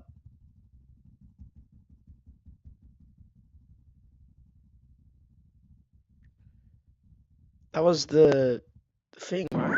And it just yoinked someone.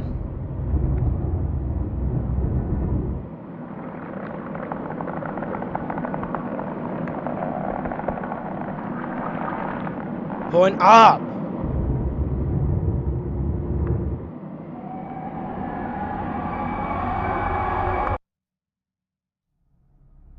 Huh? Huh?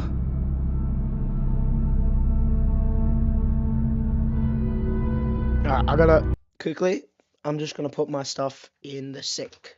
Like literally 5 seconds.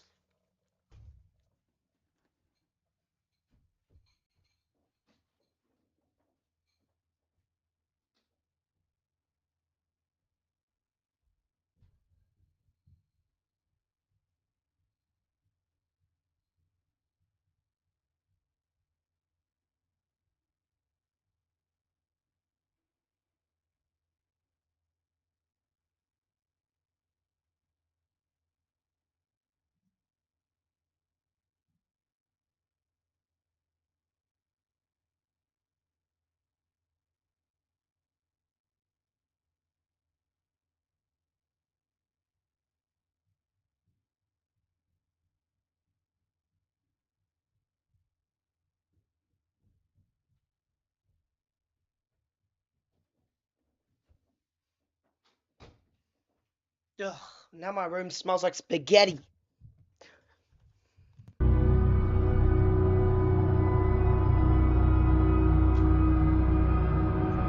More pictures of the Serengeti. That is not what she asked for!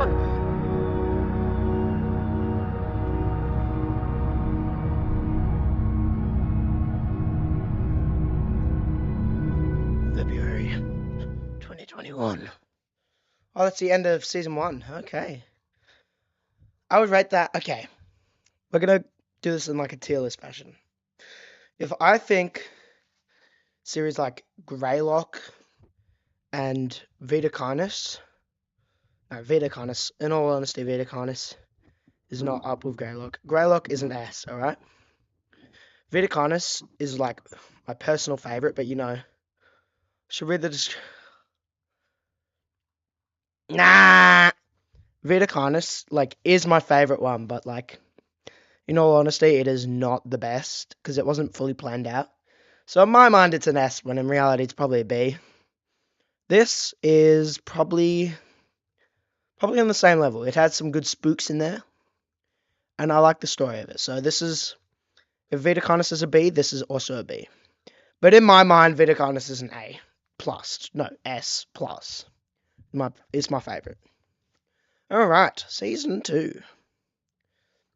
This one seems a bit shorter. Great German TV.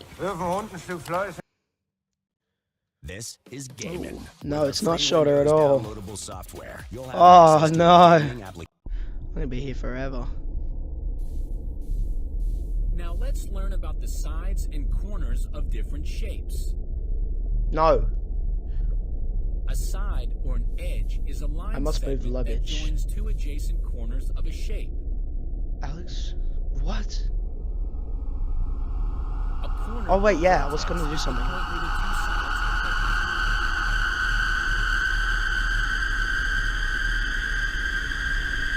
Let's look at this triangle. It has 3 sides. 1, 2,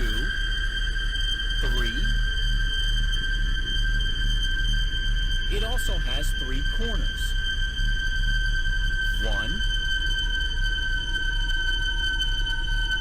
2.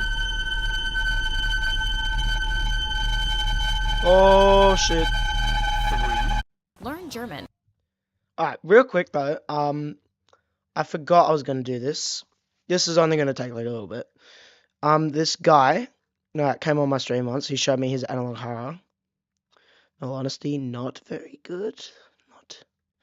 Not the best. He dropped another one, so we're just gonna look at it real quick. The Visit. Let's see what this is all about. Rest in peace.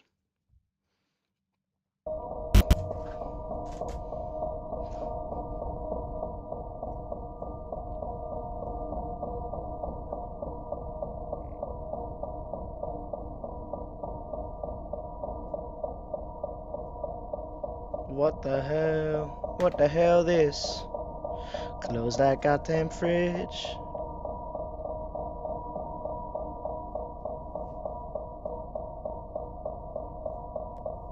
What is this, bro? I mean, it's kind of just hard to get the tools, you know. What is this music?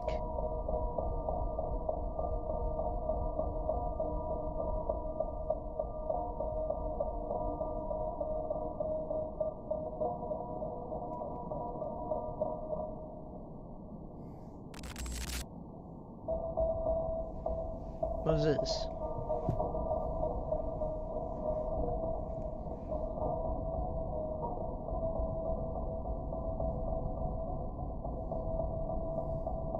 What is that, bro?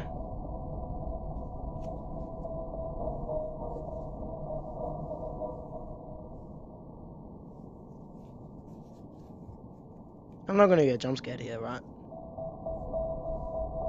Okay, that's one of the masks. I see.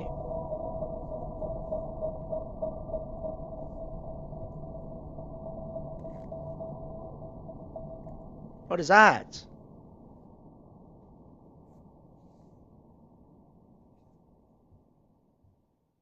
Yeah, I don't know what that is. I don't know what that's about. Alright, back to your scheduled programming. With great German TV. My take on that. I don't really know, honestly. I don't really know where that series is going. Before you can finish brushing your teeth, before you can finish showering, before you can finish getting dressed, before you can finish breakfast, before you can finish the morning paper, popcorn will be ready. Startup time just under 60 seconds. Popcorn Prime is the fastest personal computer on Earth. Your popcorn is waiting. Maze. Is that how you spell maze? I always thought it was M-A-Z-E.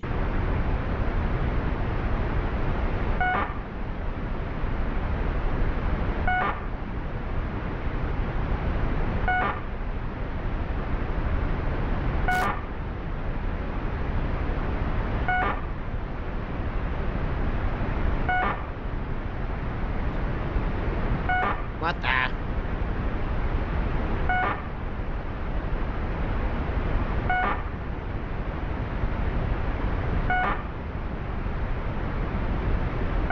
mean, they're putting these things up pretty slowly.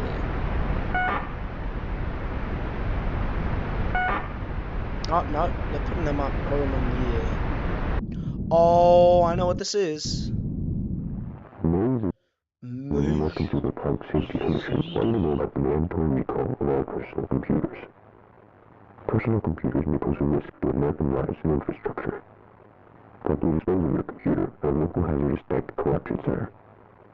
Your safety is of the utmost importance to us.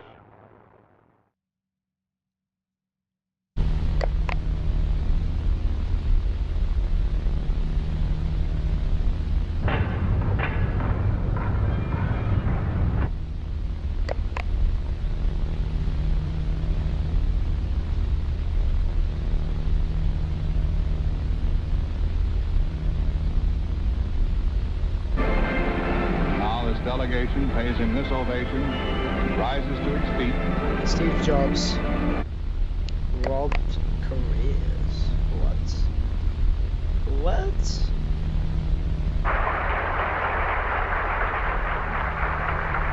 Ahoy, boy.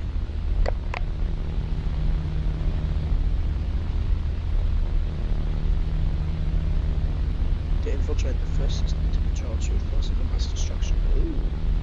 Fuck yeah, I know about this thing.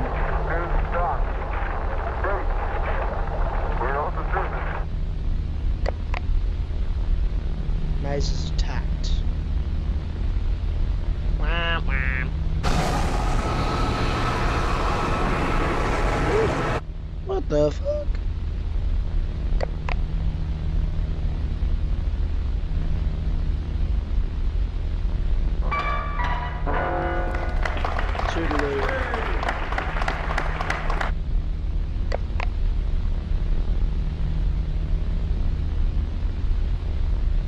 What? What is this?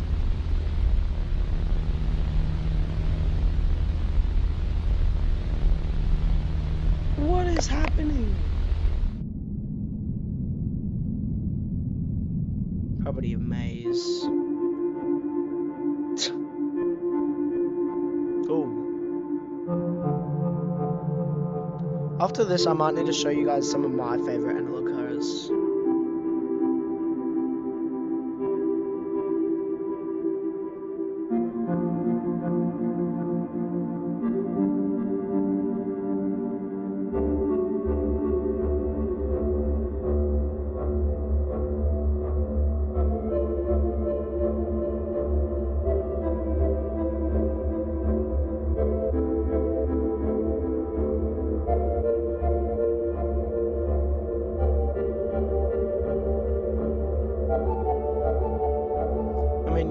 You'd think they're all connected. I mean, they're all like worm thingies.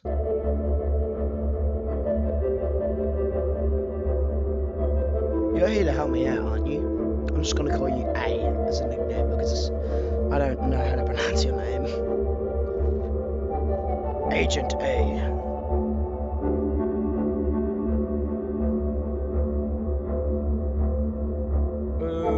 I don't like gays.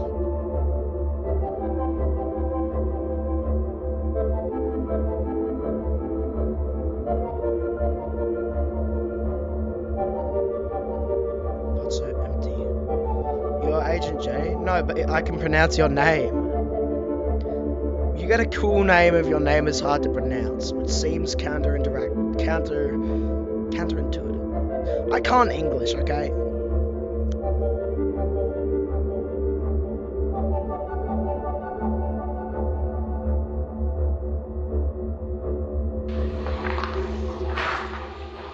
Okay,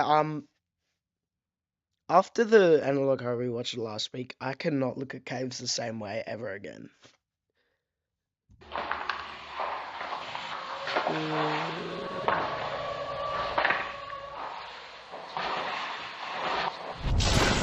Whoa!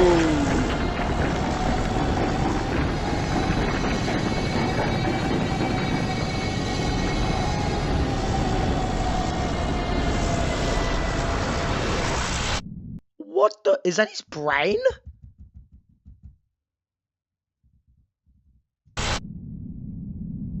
Generates electricity like special trees, yeah.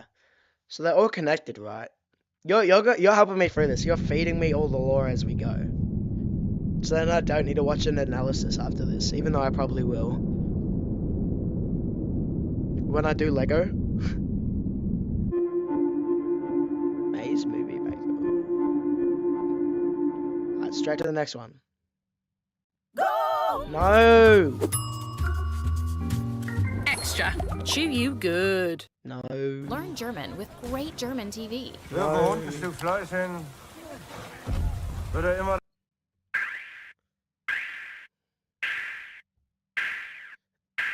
Just getting free advertisement from me. Ooh! Ever given. Oh, this. Oh! Oh, I'm turning this up. Oh! Woohoo! Oh. You stupid idiot.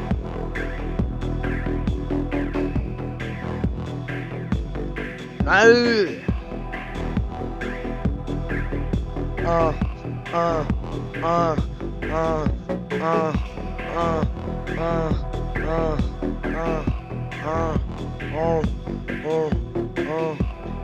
Heading the clouds, I'm taking you down. With a frown on that face, you're a disgrace to the human race. That's what your parents said when you were born. Clothes torn, the ones that you've worn throughout your life. You should strive to rewrite your life, because it's not right. Ooh, I cooked. I did not read that at all. We're gonna have to go back. For the last 2 weeks, the container ship Ever Given has obstructed the Suez Channel.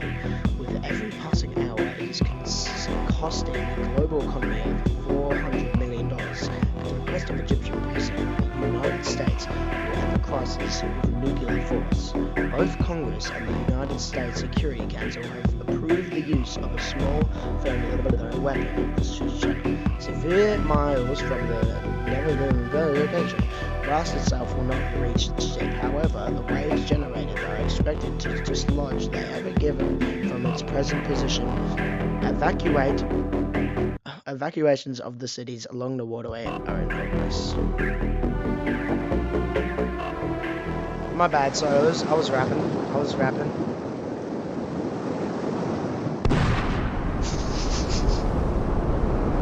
Not the stock sound.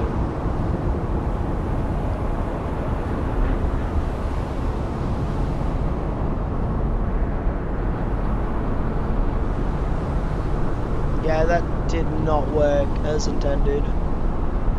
Huh?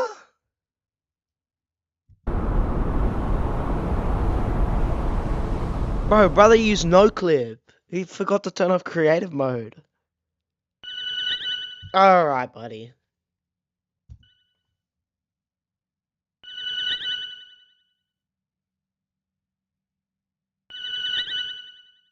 Oh, this is Twitter.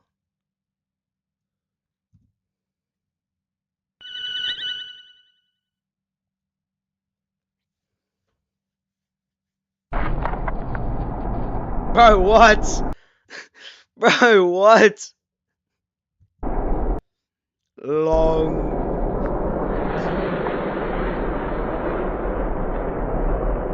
I do have school tomorrow. Well, I think we know why it got caught.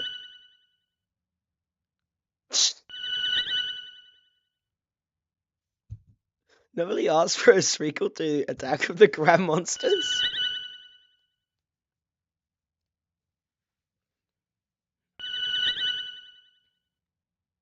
Someone's underneath it, probably. Ah, yeah! Banger!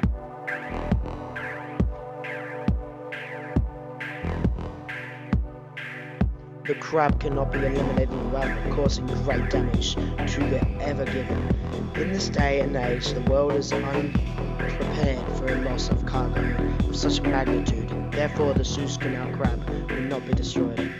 At this time, no containers will be lifted from the ship, since no flying aircraft cause the organism to ambulate unsteadily. In hopes of returning the Ever Given back to the sea, efforts are underway to carefully manipulate the crab's rope through Egypt. Turning it down because I know the Twitter's gonna come back and like ear rape me.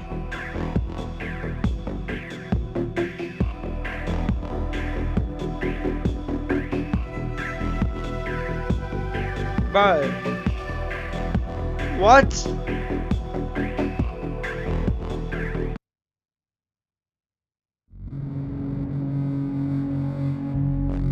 Hello.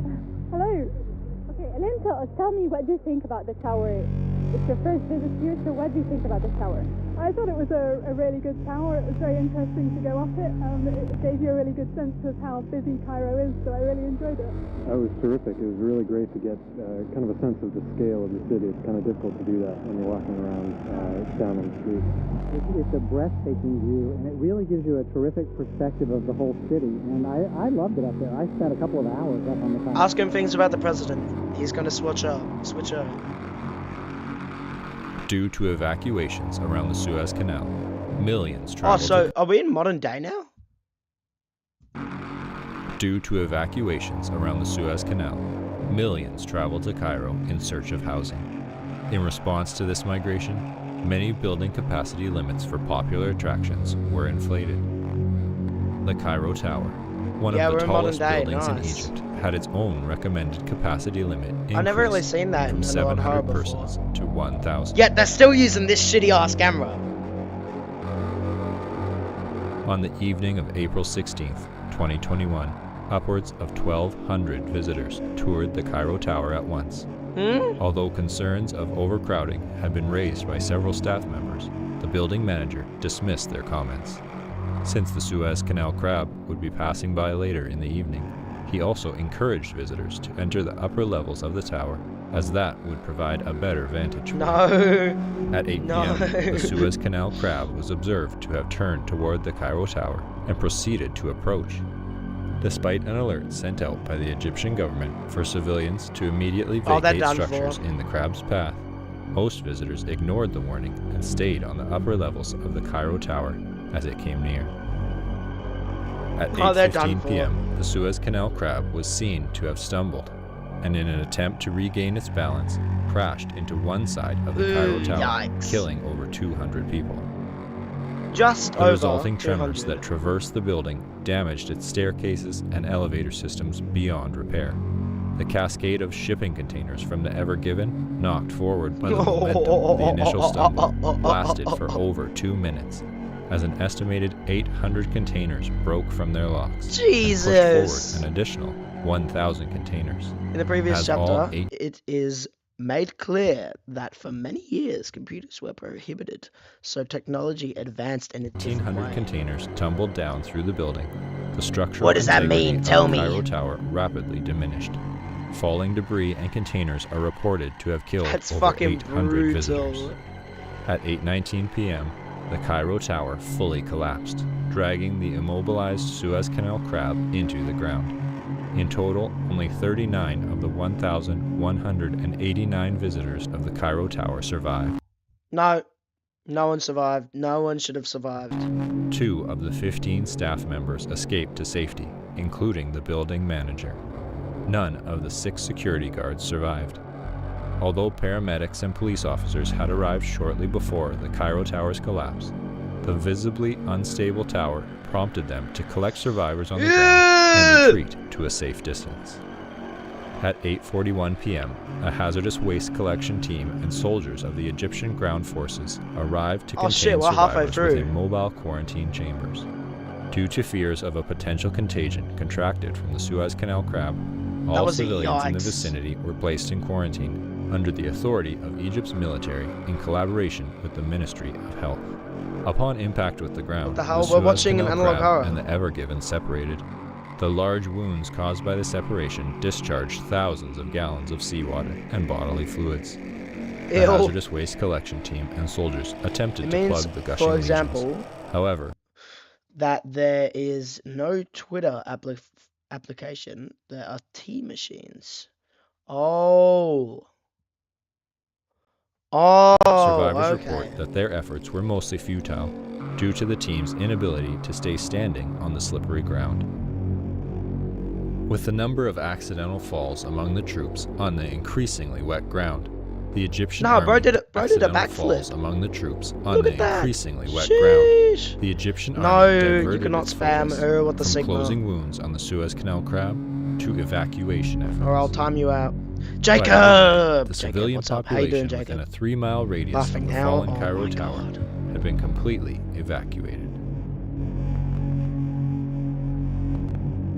About 5 times. On the morning of April 17th, Egyptian authorities publicly announced that the Suez Canal crab had fallen in Cairo do it a lot, I probably and will, laid in just a genuinely vegetative don't state. do it. Although the Cairo exclusion zone was primarily intended to prevent any media coverage of the crab and the surrounding destruction, several journalists managed to record footage of the site through the assistance of private helicopter pilots. By 8 a.m., clips of the crab were trending on Twitter. Members of the Anti-Device Association attributed the severity Okay, so if it's a machine, right?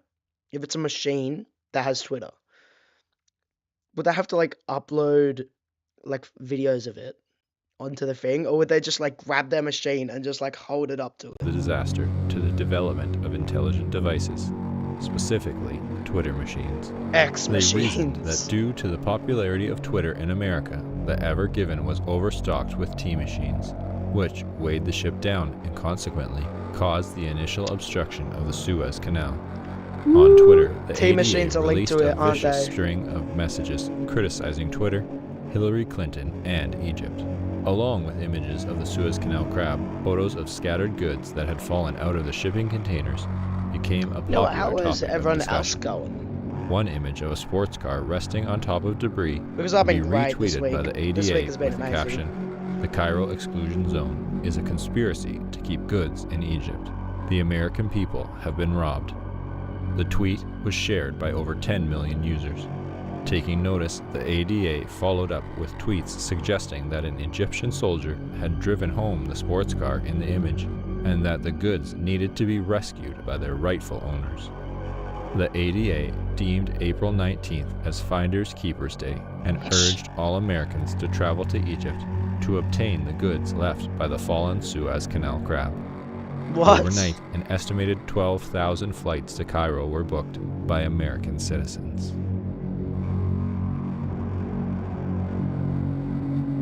Although a few trespassers had been apprehended in the Cairo exclusion zone, officials did not foresee any further disruptions at the site. Medical personnel attended to survivors in the quarantine chambers. Soldiers cleared rubble and attempted to control the spread of the Suez Canal crab's bodily fluids. By 5 a.m. on April 19th, approximately 20 million gallons had been contained through aerial drops of sawdust and an extensive effort to mop the premises. How does that work? Although several officials discussed a plan to lay down military-grade mats to enable the hazardous material collection team to walk up to the crab for closer analysis, it was ultimately decided that no further action would be taken until the following evening, as it was believed that the midday sun would evaporate most of the fluid. At 12 p.m., over 12,000 Americans gathered in front of the gated entrance of the Cairo exclusion zone, 4,000 Egyptian police officers and soldiers stood behind the perimeter to guard the exclusion zone from trespassers. At 12:03 p.m., violence erupted when an American shot a police officer in the face. Consequently, tear gas was used on the raging mob. Tanks and heat rays arrived shortly afterwards to deter any trespassers. However, by 12:10 p.m., the front entrance gates of the Cairo exclusion zone collapsed from the force of the charging crowd. Informed of the approaching Americans, medical personnel and survivors at the epicenter began to vacate the premises. By 12:43 p.m., the first Americans were seen by officials at the epicenter. Although the wet ground was expected to significantly slow their approach, several citizens had arrived earlier than anticipated since they had utilized car hubcaps to slide quickly across the ground. With no law enforcement at the scene, the American citizens began to collect fallen goods and pry open shipping containers. Popular goods included furniture, firearms, processed food, tea machines, bars of gold, automobiles, and designer bars of gold? As Americans continued to arrive at the epicenter, more injuries from accidental falls were observed. Concussions and broken arms were the most common injuries during the initial break-in. At 1 p.m., several fights broke out over a Ford pickup truck that had rolled out from a container and crushed a family. 3 aggressors were shot by a man who had found a rifle. The conflict fueled an unpleasant atmosphere, with more instances of gun violence as time went on. One notable incident saw the discovery of a container of firearms by a group of young children. The accidental firing of an automatic weapon by one child prompted the intervention of their parents and other adults. The resulting verbal argument escalated quickly and broke out into a full-scale gunfight with over 14 armed subjects, including the children. Another fight erupted after the discovery of a deluxe barbecue grill, which 13 Americans had simultaneously called dibs on when the item was pulled out of a shipping container. All 13 Americans died from gun-related wounds. When the last wave of the 12,000 Americans had entered the epicenter, overcrowding ensured that the accidental fall of one individual would trigger a continuous series of additional falls. Without any open space for the midday sunlight to reach the wet ground, the bodily fluid had no time to evaporate, and the number of falls steadily increased. At around 1:30 p.m., one of the posterior legs of the Suez Canal crab twitched and incited panic in a nearby crowd. As Americans attempted to flee, many fell on the slippery ground and were trampled by those rushing behind them. By 1:33 p.m., the screams of the panicked crowd had reached a deafening volume, reportedly being heard over 5 miles away. Due to the reinforcement of the Cairo exclusion zone's gates and orders from the Ministry of Health to prevent any American citizen from leaving the exclusion zone, the massive crowds were kept inside the 3-mile radius of the epicenter, held in place by an orderly line of tanks that flanked the entirety of the zone's perimeter. The gates stood for over 6 hours as Americans ran from the epicenter. Many soldiers became ill at the sight of injuries caused by the thousands of bodies being crushed into the metal bars. By 7:15 p.m., everyone within a half-mile of the gate had perished from extreme pressure. Heat exhaustion, accidental falls, and gun violence were also major causes of death. The Cairo exclusion zone gates were opened at 8 p.m. Soldiers searched for the remaining survivors. Of the over 12,000 Americans who had arrived, only 944 survived. 77 of the American survivors were found kneeling around the Suez Canal crab and claimed to have been promised from a deity that they would survive if they prayed to the crab. However, none of them could account for the remains of dead worshippers that littered the ground around them. They would later establish the Church of the Ever Given during their stay at a local hospital. Howard Melrose, an American journalist permitted to visit the Cairo exclusion zone the day after the stampede, said of the site, "It looked like something from a medieval painting. All of their bodies were jammed into each other. Everyone became one." That's the best one so far. Spooky creature, death, it was funny as well. Yeah, that's the best one. That gets an A from me. Oh, yeah. Oh, yo.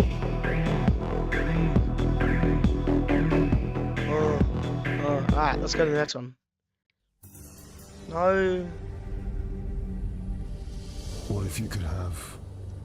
I should probably hop back into Dead by Daylight.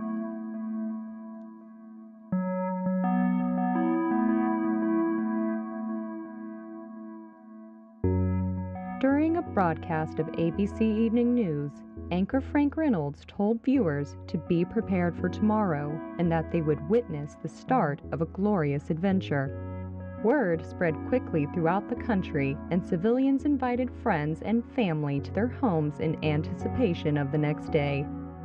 Although no details of this glorious adventure were known, it was widely presumed to be another exciting TV announcement from President James Dean. Watching parties were organized in living rooms across America, and on the evening of May 13, 1969, after the ABC Evening News ended, televisions were closely watched with millions of unblinking eyes.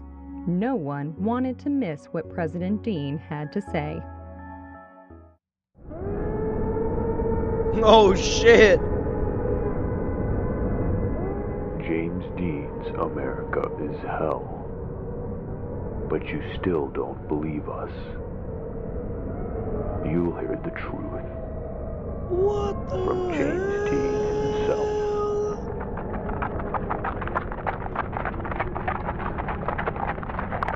Okay, buddy.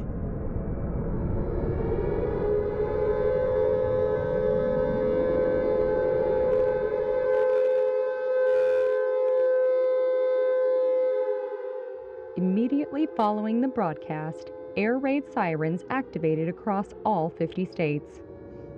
The sirens blared at a far greater volume than usual and burst the eardrums of every civilian within a 4-mile radius.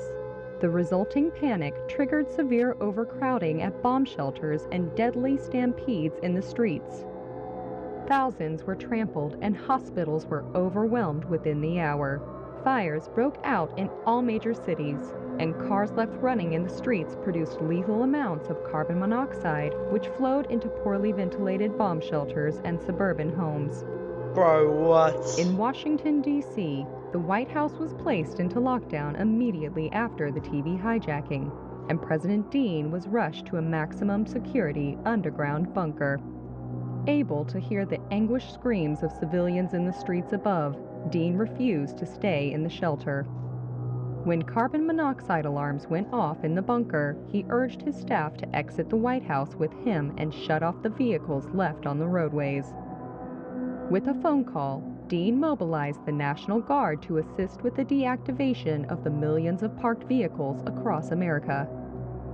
Several more phone calls to high-ranking military officials and world leaders revealed that no nuclear missiles had in fact been launched.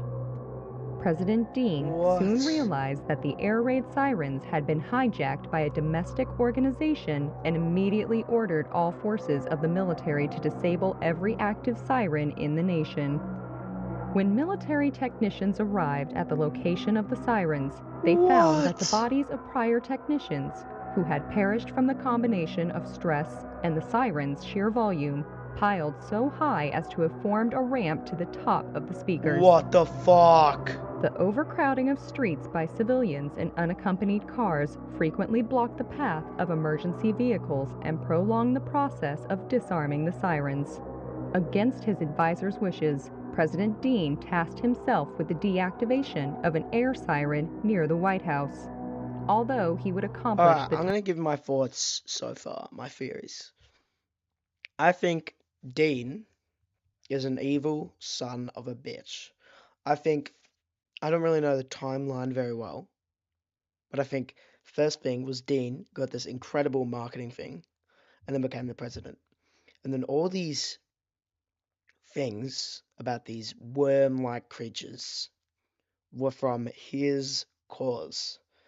And things like what happened in Egypt was him like going like, yeah, we want to spread this and stuff. So I don't know what's up with Dean, but he's fucked up. And the good guy's being like, guys, Dean's a dickhead. Because he's holding on to this, he's holding on to America tight. That's what I passed fairly quickly. Dean sustained permanent ear damage and was rendered fully deaf. That's my main The sheer volume had also caused countless blood vessels in his body to burst and produce several abdominal hernias. His condition was shared among the millions of other Americans who had been near the sirens at the time of their activation. 3 hours would pass before all air raid sirens would be fully disabled. The next morning, at the advice of federal authorities, civilians slowly made their way from the shelters back to their homes. Although some continued to stay in the shelters for fear of radioactive fallout, most accepted the explanation given by military officials over the radio. There is no nuclear holocaust. A domestic terrorist organization hijacked the sirens of America. The streets were littered with bodies and automobiles. The National Guard handed out blindfolds to the young, sick, and elderly as they exited the shelters to prevent the scenes of bloodshed from causing fainting spells and heart attacks. At the Walt Disney Medical Center, physicians examined President Dean and other members of his staff who helped disarm the sirens. All were diagnosed with severe hearing loss.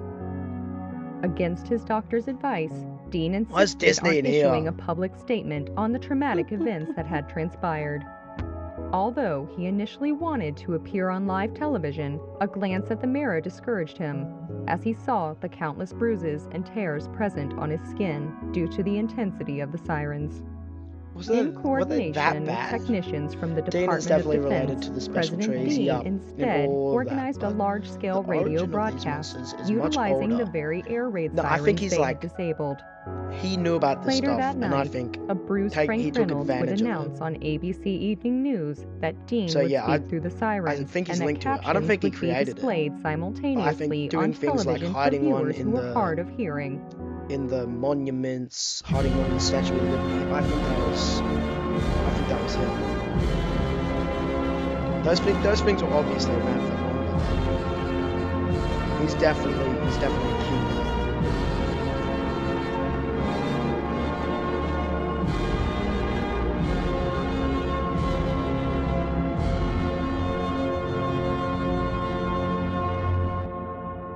It's Jimmy speaking. I'm sorry, very sorry for what's come to pass. I wish I could bring back your friends, your family. I want to fix everything. This is not the announcement I planned for, but as you know, there are people who have it in for us. The Anti-Dean Association. They hijack our systems. They hurt people. The Anti-Dean Association is an anti-American association.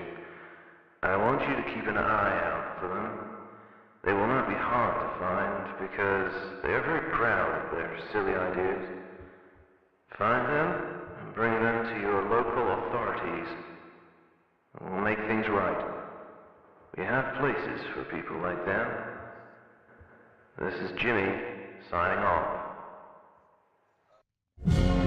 Bye-bye, Jimmy. Jimmy. Over the next week, hundreds of thousands of anti-Deaners would be apprehended and sent to correctional facilities around the United States. These facilities, meant for the anti-American, were aptly located near or at national monuments in order to symbolize a return to American virtues. Most would stay for merely a few weeks before being released again. Friends and family of rehabilitated anti-Deaners frequently claimed that they would have improved personalities, no recollection of their past criminal activities, and even slightly altered physical appearances. These methods were so effective in calming the terrorist that many innocent civilians requested themselves to be sent to these facilities in hopes of radically changing their lives. However, federal authorities would deny any admission to those who were not affiliated with the ADA. During one address, President Dean acknowledged the high volume of requests from the public.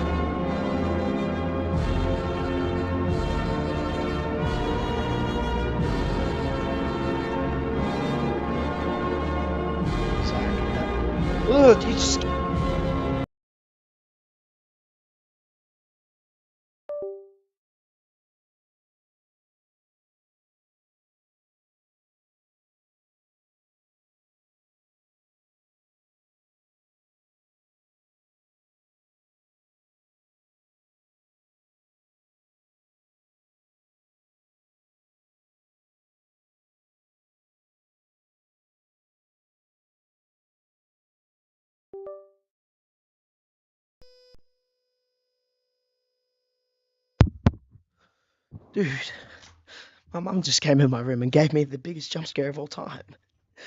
God damn. How are you doing, Zach? Hey, it's Jimmy again. A lot of you want to be sent to the same places we're sending those anti-Deaners to. I get it. Those who come out of these places, they'll clean as a whistle. But if we send you to those places too, then those correctional facilities lose their purpose. If we send everyone to prison, then what's a prison anymore? This is Jimmy signing off. Yeah, honestly. Facts. On Hard the morning facts. of May 22nd, 9 days after the disaster, President Dean received a state-of-the-art Chat, hearing what implant color should from I make my Machines, lights? an My LED up-and-coming lights. tech What color company. should I make them? Around noon at the Walt Disney Medical Center, the device was surgically inserted into Dean. The sound quality of the implant and the speedy nature of the surgery inspired Dean to imagine a new what government Monument department. Mythos is about. So basically, it's about like an alternate world where the history of America is different.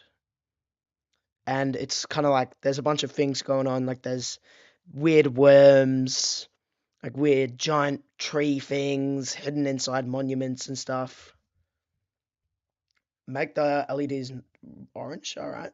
A common theory about this chapter is that the sirens are just special trees hidden. After all, the special trees can emit music. Yeah. That makes sense. Use a smart one. Use a smart cookie. Did you watch like a bunch of analysis stuff? Which would be Because able that's what I to usually do oversee the after I mass see them. production and distribution stuff, of quality I just hearing get so implants to lost. the American public. That evening, President Dean The only one I requested an haven't had to do emergency that for is session of Greylock, Congress because and it's proposed more the ambitious straightforward than the other project. ones, even though it's still confusing. I can't hear a damn thing. Did you hear me? I can't hear a damn thing. Neither can you, or you, or you, or you. It doesn't matter whether you were near the sirens or not. None of you are listening. We need to bring together those technology companies to build and send hearing devices that the public needs. Does this hearing series have a devices season that 3? you yourself need. Because I think it might, And but through like a it had a collaboration different with the title, Department so I of was just Health, wondering. we can give back to the people what our failures took away. Because I don't know if We I'll be can able let to a watch that, mother because hear her child it's already laughing, like 3 o'clock, and let a man hear his dog. and we're like in We can like give we're 2 everyone their episodes hearing through. again. And who's stopping you? Listen Mate, to where are we? the public. So we're 5 episodes in. You're all about deadlines too. So here's one. By July 4th, I want every American to hear the fireworks.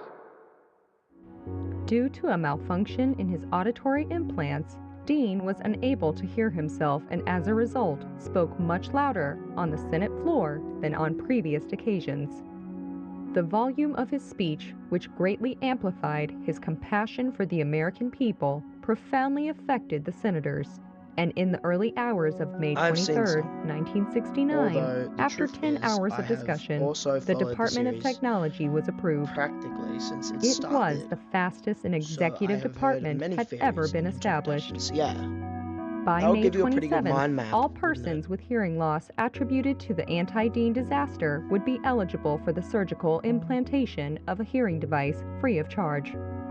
Mass operating rooms would be established throughout the U.S., able to house over 1,000 patients I don't at like once. these episodes though. The use with the of surgical androids was approved on June 6th, bring back which the scary increased the big number of face surgeries thing. performed per day over 250%. More about the Once all guy in victims the had been ship. treated, those with deafness unrelated to the disaster also became eligible for the surgery. Because that was interesting. On and July it didn't really get a 4th, follow-up. it was announced that there was no incidence of severe hearing loss in the country. The United States was the first nation in the world to eradicate deafness. The achievement had been expected for some time since its first mention during Dean's congressional address. In preparation, many health organizations, both domestic and international, had prepared to host banquets for Dean and grant awards to him and his staff. However, President Dean spent the entirety of Independence Day racing cars with close friend Richard Nixon at a local speedway.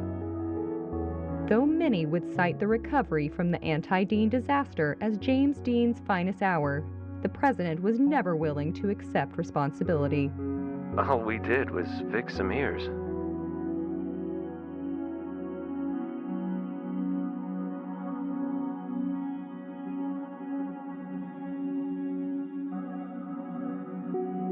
Diesel.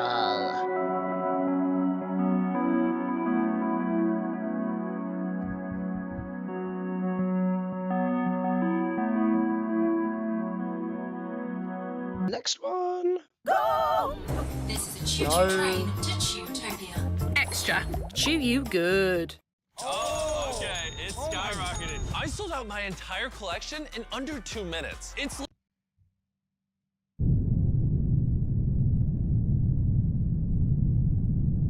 yeah, I'm just... Is there a season 3 of this thing? I'm just gonna check, because if there is, we might, like, split this up into 2 streams. Oh, wait. I'm already on YouTube. What am I doing? Monument. Is there a jump scare or something like that? I'm gonna jump off my... I mean, there's, like, a few jump scares, but it's more of, like a soft jump scare. Like, nothing goes, rah, like, straight out at you. Like, there's a few where, like, something... Say my mouse is the monster, right? And he's, like, behind the corner, and you can kind of see him. There's a little bit of him peeking out, and then he just goes...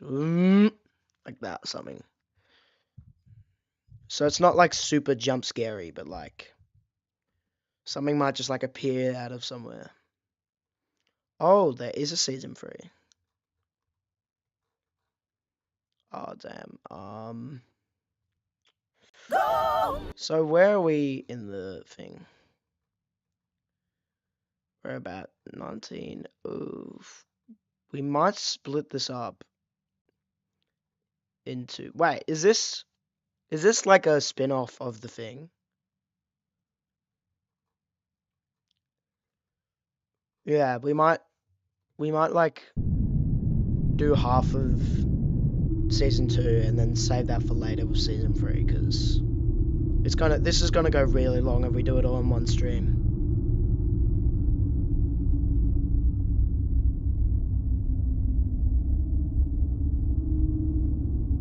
And I've got something else I want to do. I want to beat the Bendy song in FNF. I want to do it.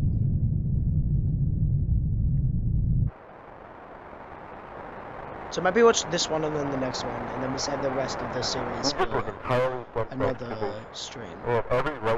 Because this is going on for quite a bit. We've been going for 2.5 hours at this point. Right. The time the president and our military did not care. They viewed their solution as a problem and desperately needed a better solution. American solution, which in this case was excavation.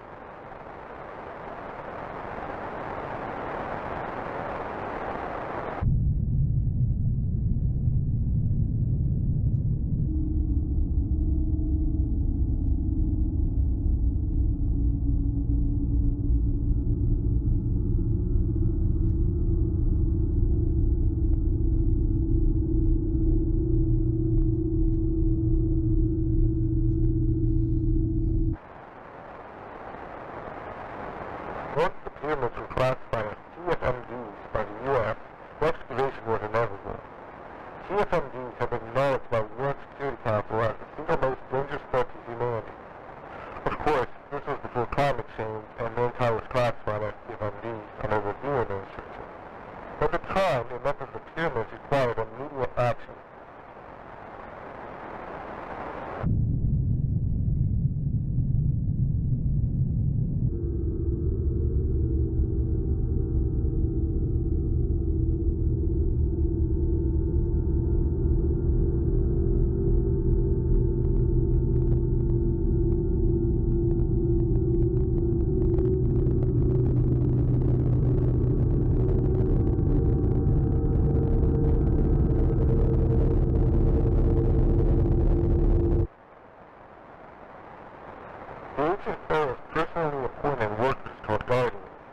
also important to mention that the series has 2 spin-offs. The first is called Absolute Nixon Verse, and the second is called The Modern Day. Yeah, we'll have to save those for other streams. I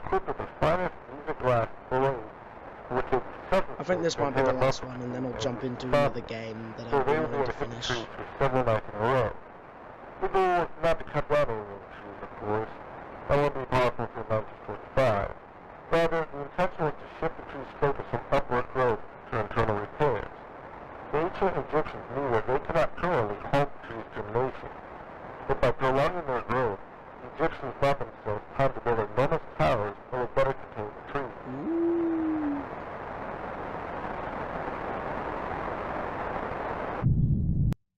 Is that what the building where everyone was gathered? Is that what? Was there a tree in there? Huh.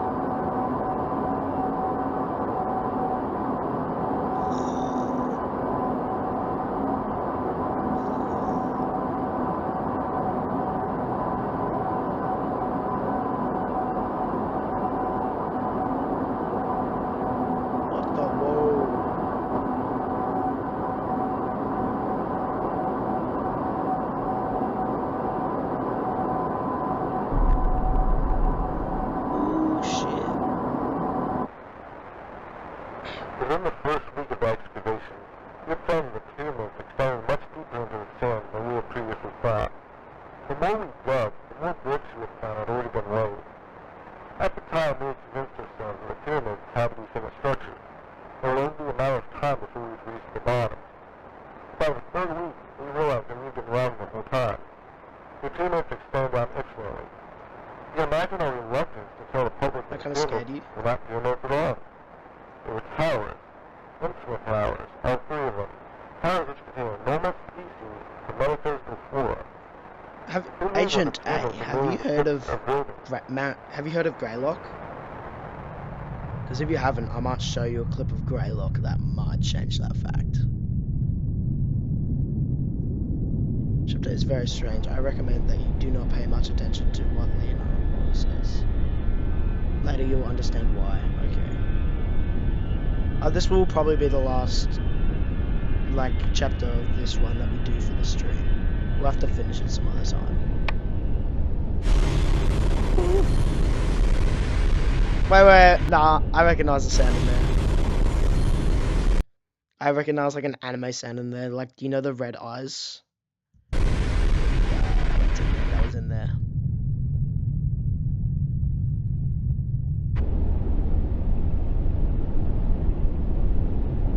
Fucking blew up the Sphinx?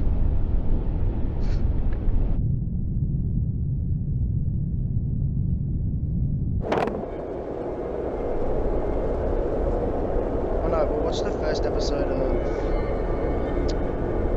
of this one series. I keep forgetting what it's called. And then I'll play this.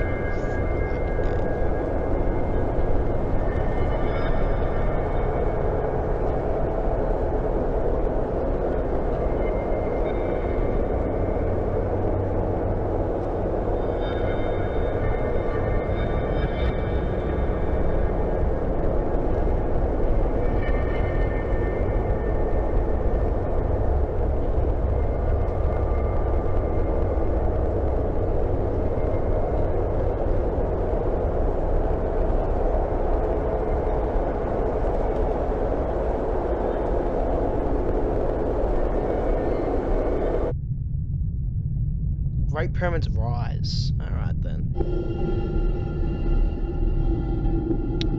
Oh my. Oh lordy lord.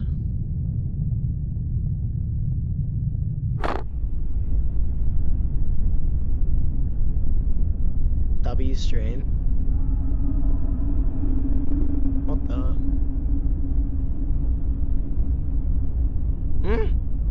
Yeah, I know, I noticed.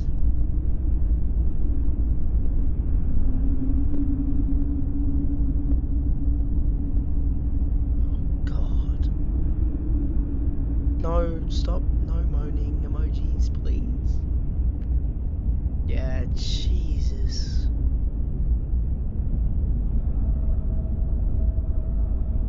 Just waiting for one to be like stretched down. I thought that said sex equal pyramids.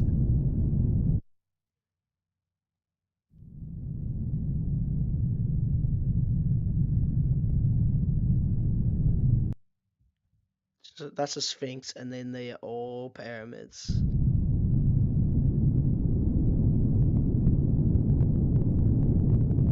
Holy Jesus. There's someone up with Egypt, ain't there?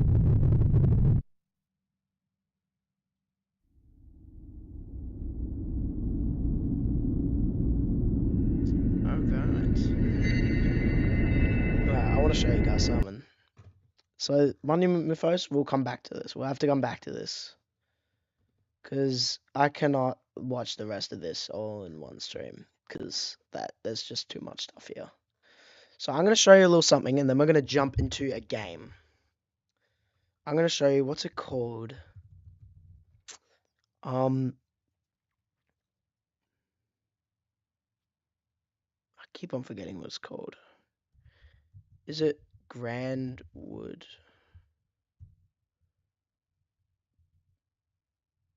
It is. It is Grandwood. White Stag Education. This is one of the best. Free Windows downloadable software. This is my top 3.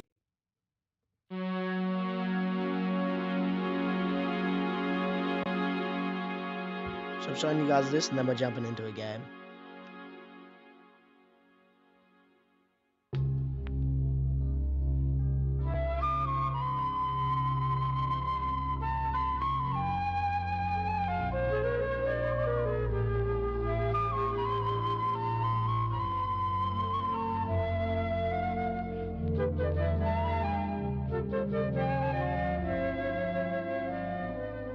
Surely the forest is safe. Nope. Forest is not safe. How you doing, Wooden Spoon? Hiking in New Jersey where it's pine bones.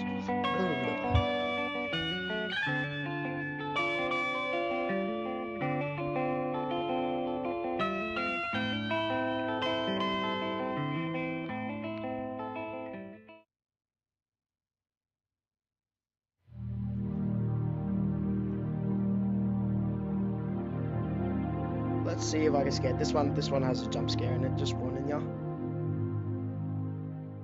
And this one is pretty spooky. Because this one, you know exactly what the threat is in this one.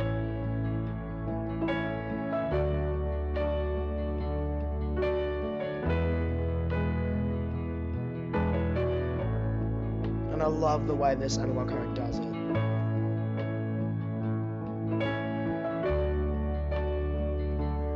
I'm like Shaggy in terms of getting scared. Maybe a little less though. Yeah, but the thing is, Shaggy is literally dealing with like the most horrifying things on a daily basis, man. Indicate a left hand. Likewise, 2 right dentals forming a right diagonal indicates a right turn.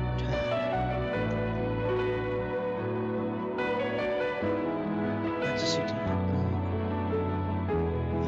Trails must be blazed. Do not follow unmarked trails or trails with suspicious markers. You will not return.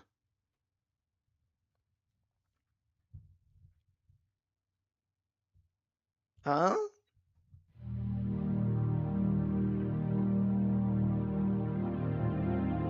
Acquire equipment. Equipment. God damn. On a hike, you should be prepared for any obstacle you may face.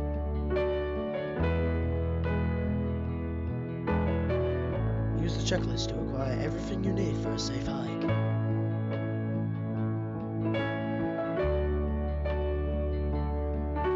Safe hike is checklist.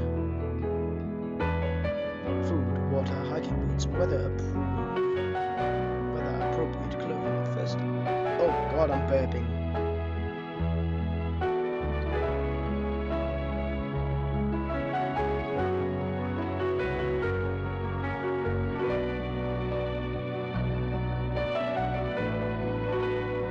prepared with a map will help when the intended path becomes unclear.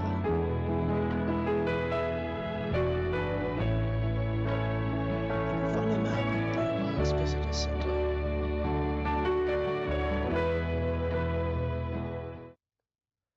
And then what's F for?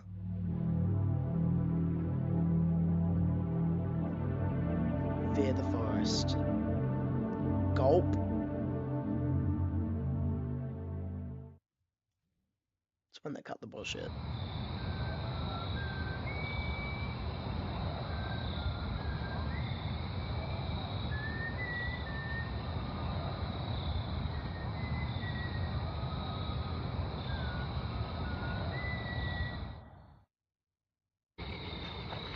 I love this part.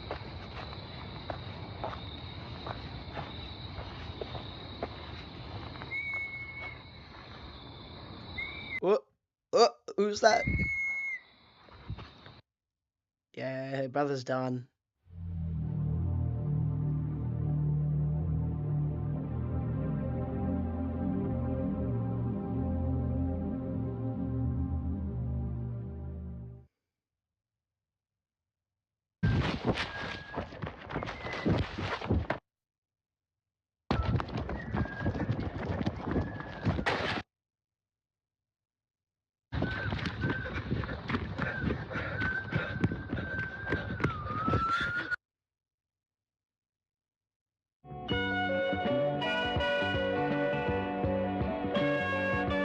It just ends. It just ends. Stay safe out there. White Stag Education. Okay, now you know what we're doing. That's the dealer from... No. Okay, we're gonna do this. Ah, it's gone black. Where am I? I can't see. We are going to change the title and thumbnail because we are swapping to a game. Because I really want to finish this game. Monument Mythos will be back at some point, don't worry. And by at some point, I don't mean this stream. It will get its own stream where we finish it.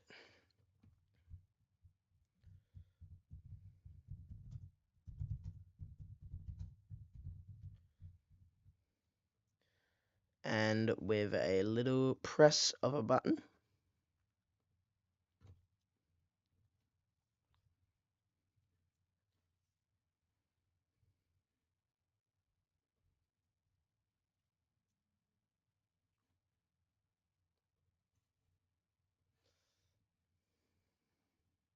click on that.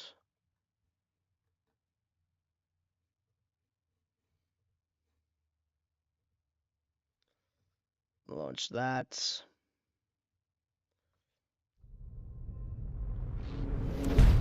And open that. Alright, here we go.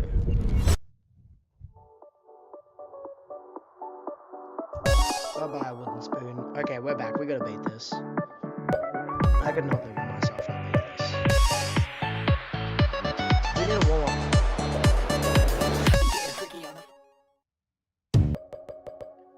We'll go for a warm-up of... Basketball turtles. Can we go for a warm-up of... Let's go for a warm-up of Last Reel.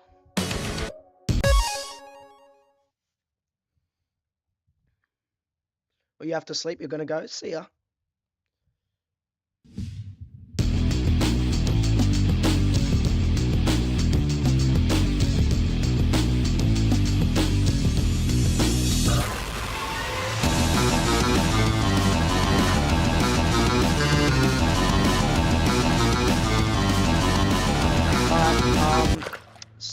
Slight misfortune. I don't know my keybinders. Why is Ryan attacking you?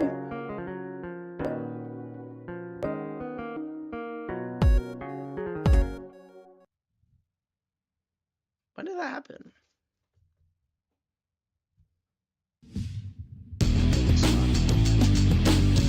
Alright. Now we're in this. Now we're here.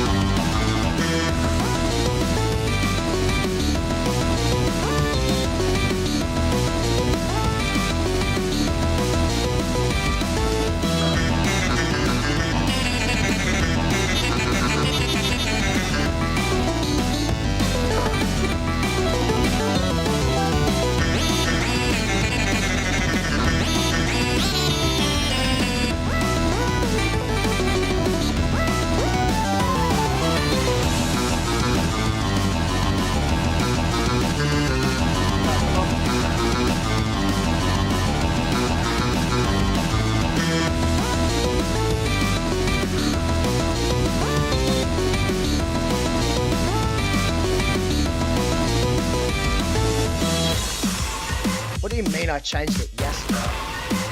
I was playing it yesterday for a dedicated stream.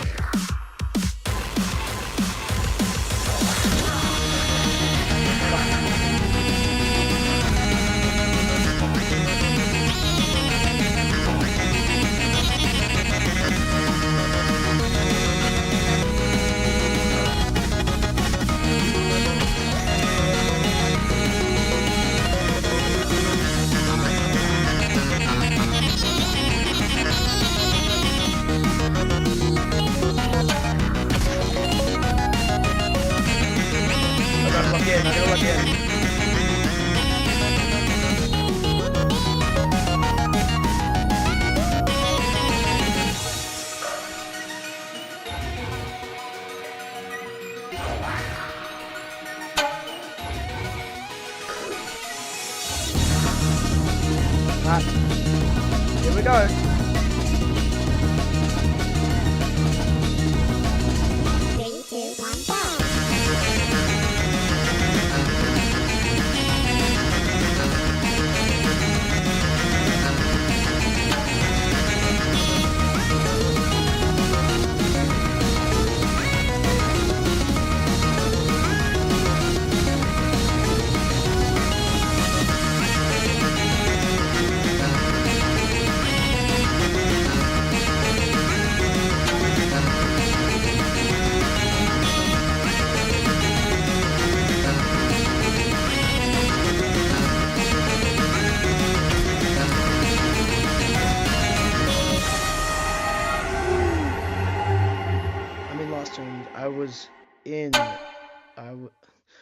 Last stream I was in, you changed it.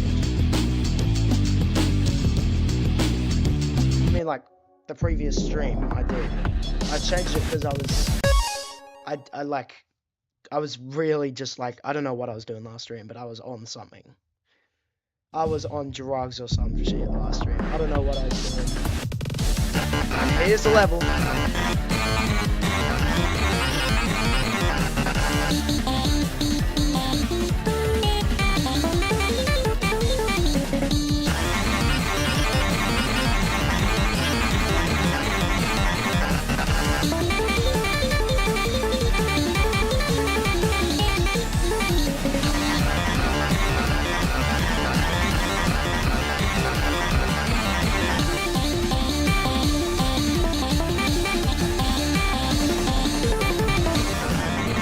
Here we go.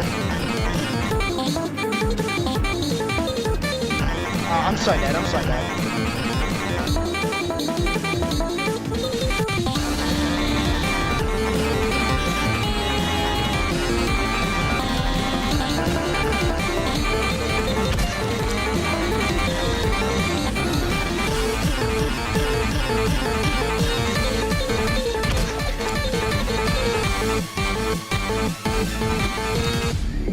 Here we go. Oh, listen, mate, I was not doing much JSA. I might do it for a week stream.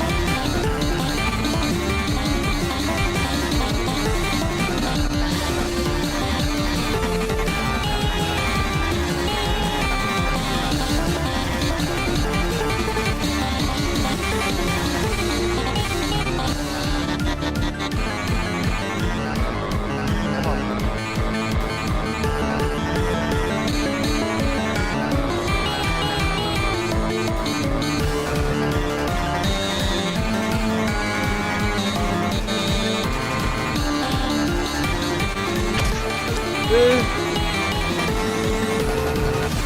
Really scared the shit out of me. How am I supposed to?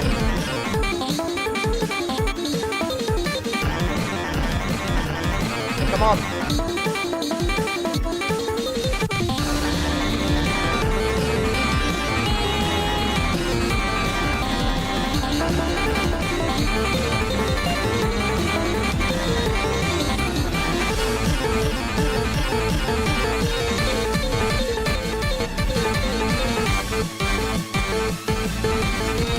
Come on.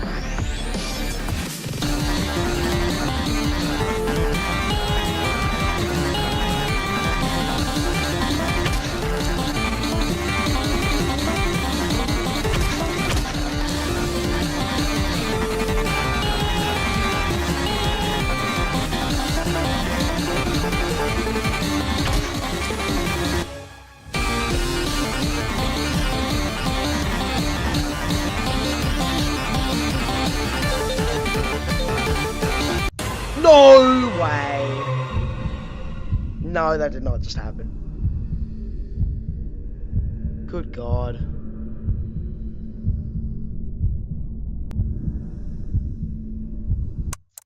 I know I can do it. I know I can do it.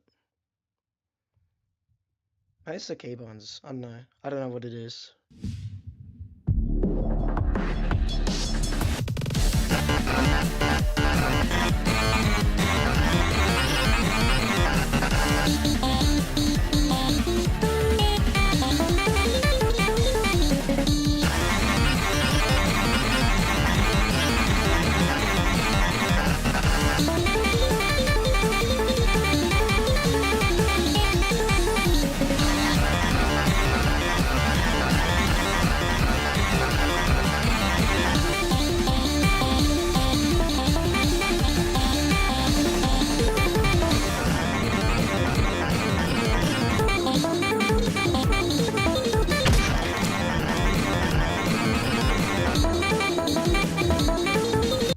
I don't know, bro, who charted this part?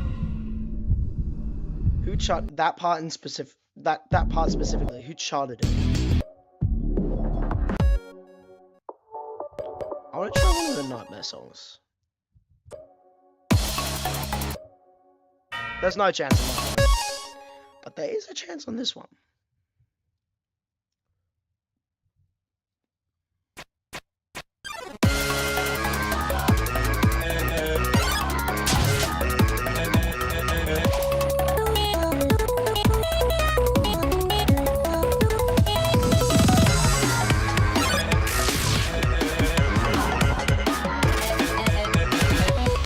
Okay, what's happening? My mouse was moving.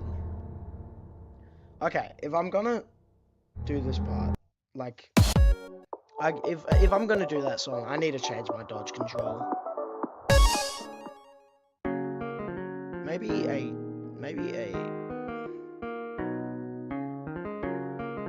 that would work.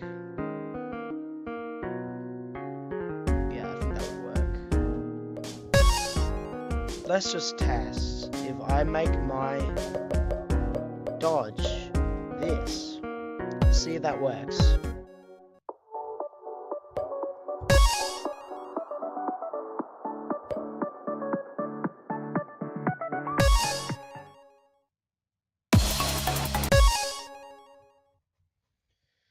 Okay. Can't believe I lost that run. It's so good.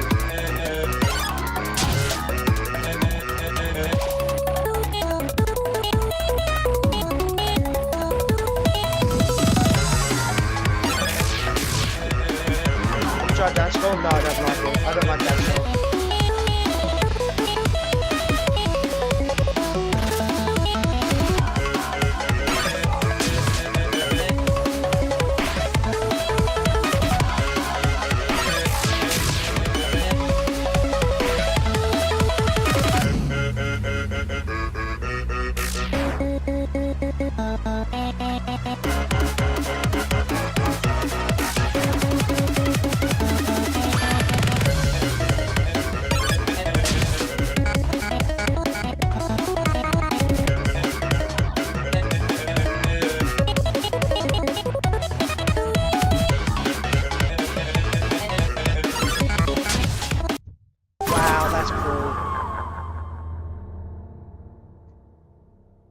That's cruel. That is cruel, my guy. Alright. Okay.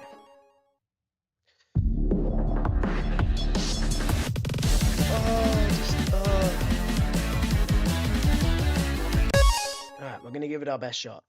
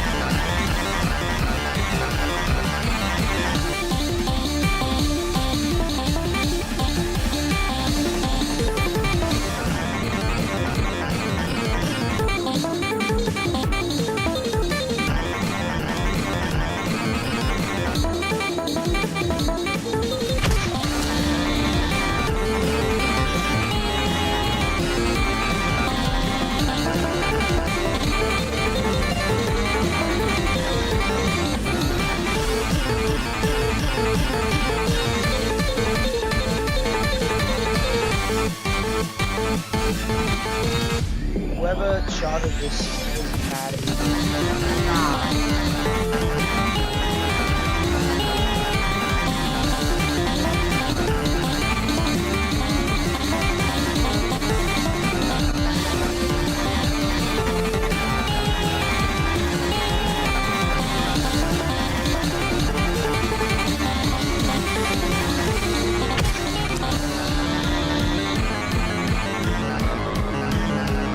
Oh, hold on. I'm getting a call.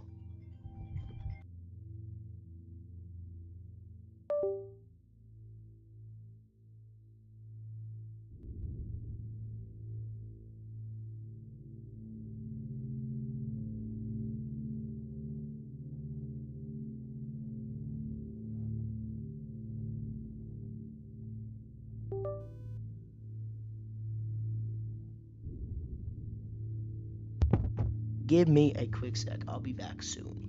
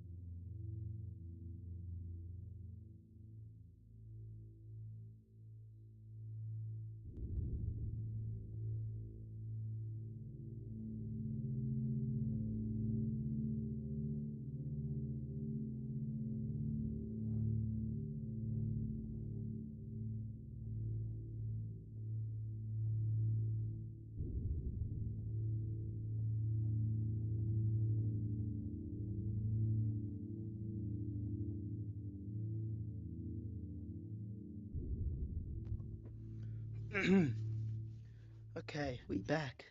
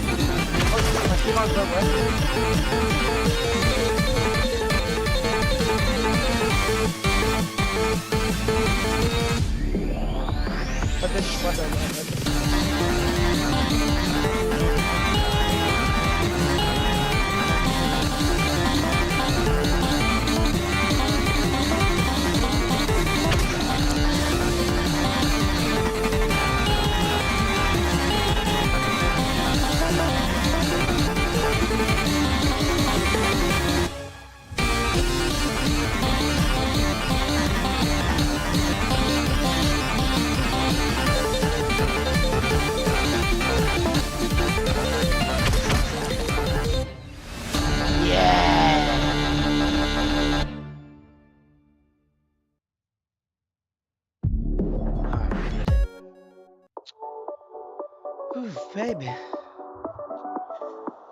Ooh.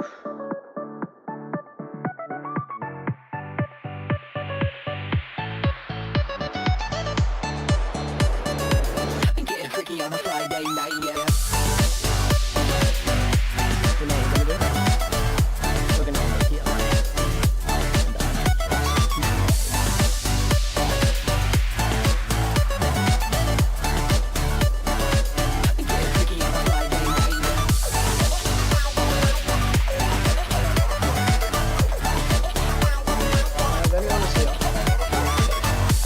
This is who we're gonna raid.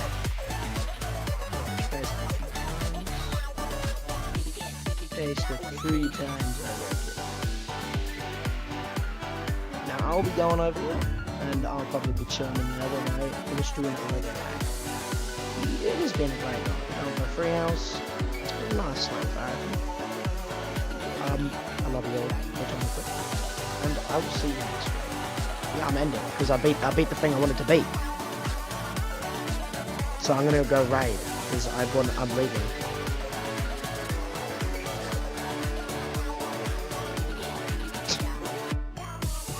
I'm sorry. I wish I could stay for longer, but I'm getting a bit tired, you know. So I'm gonna end it here.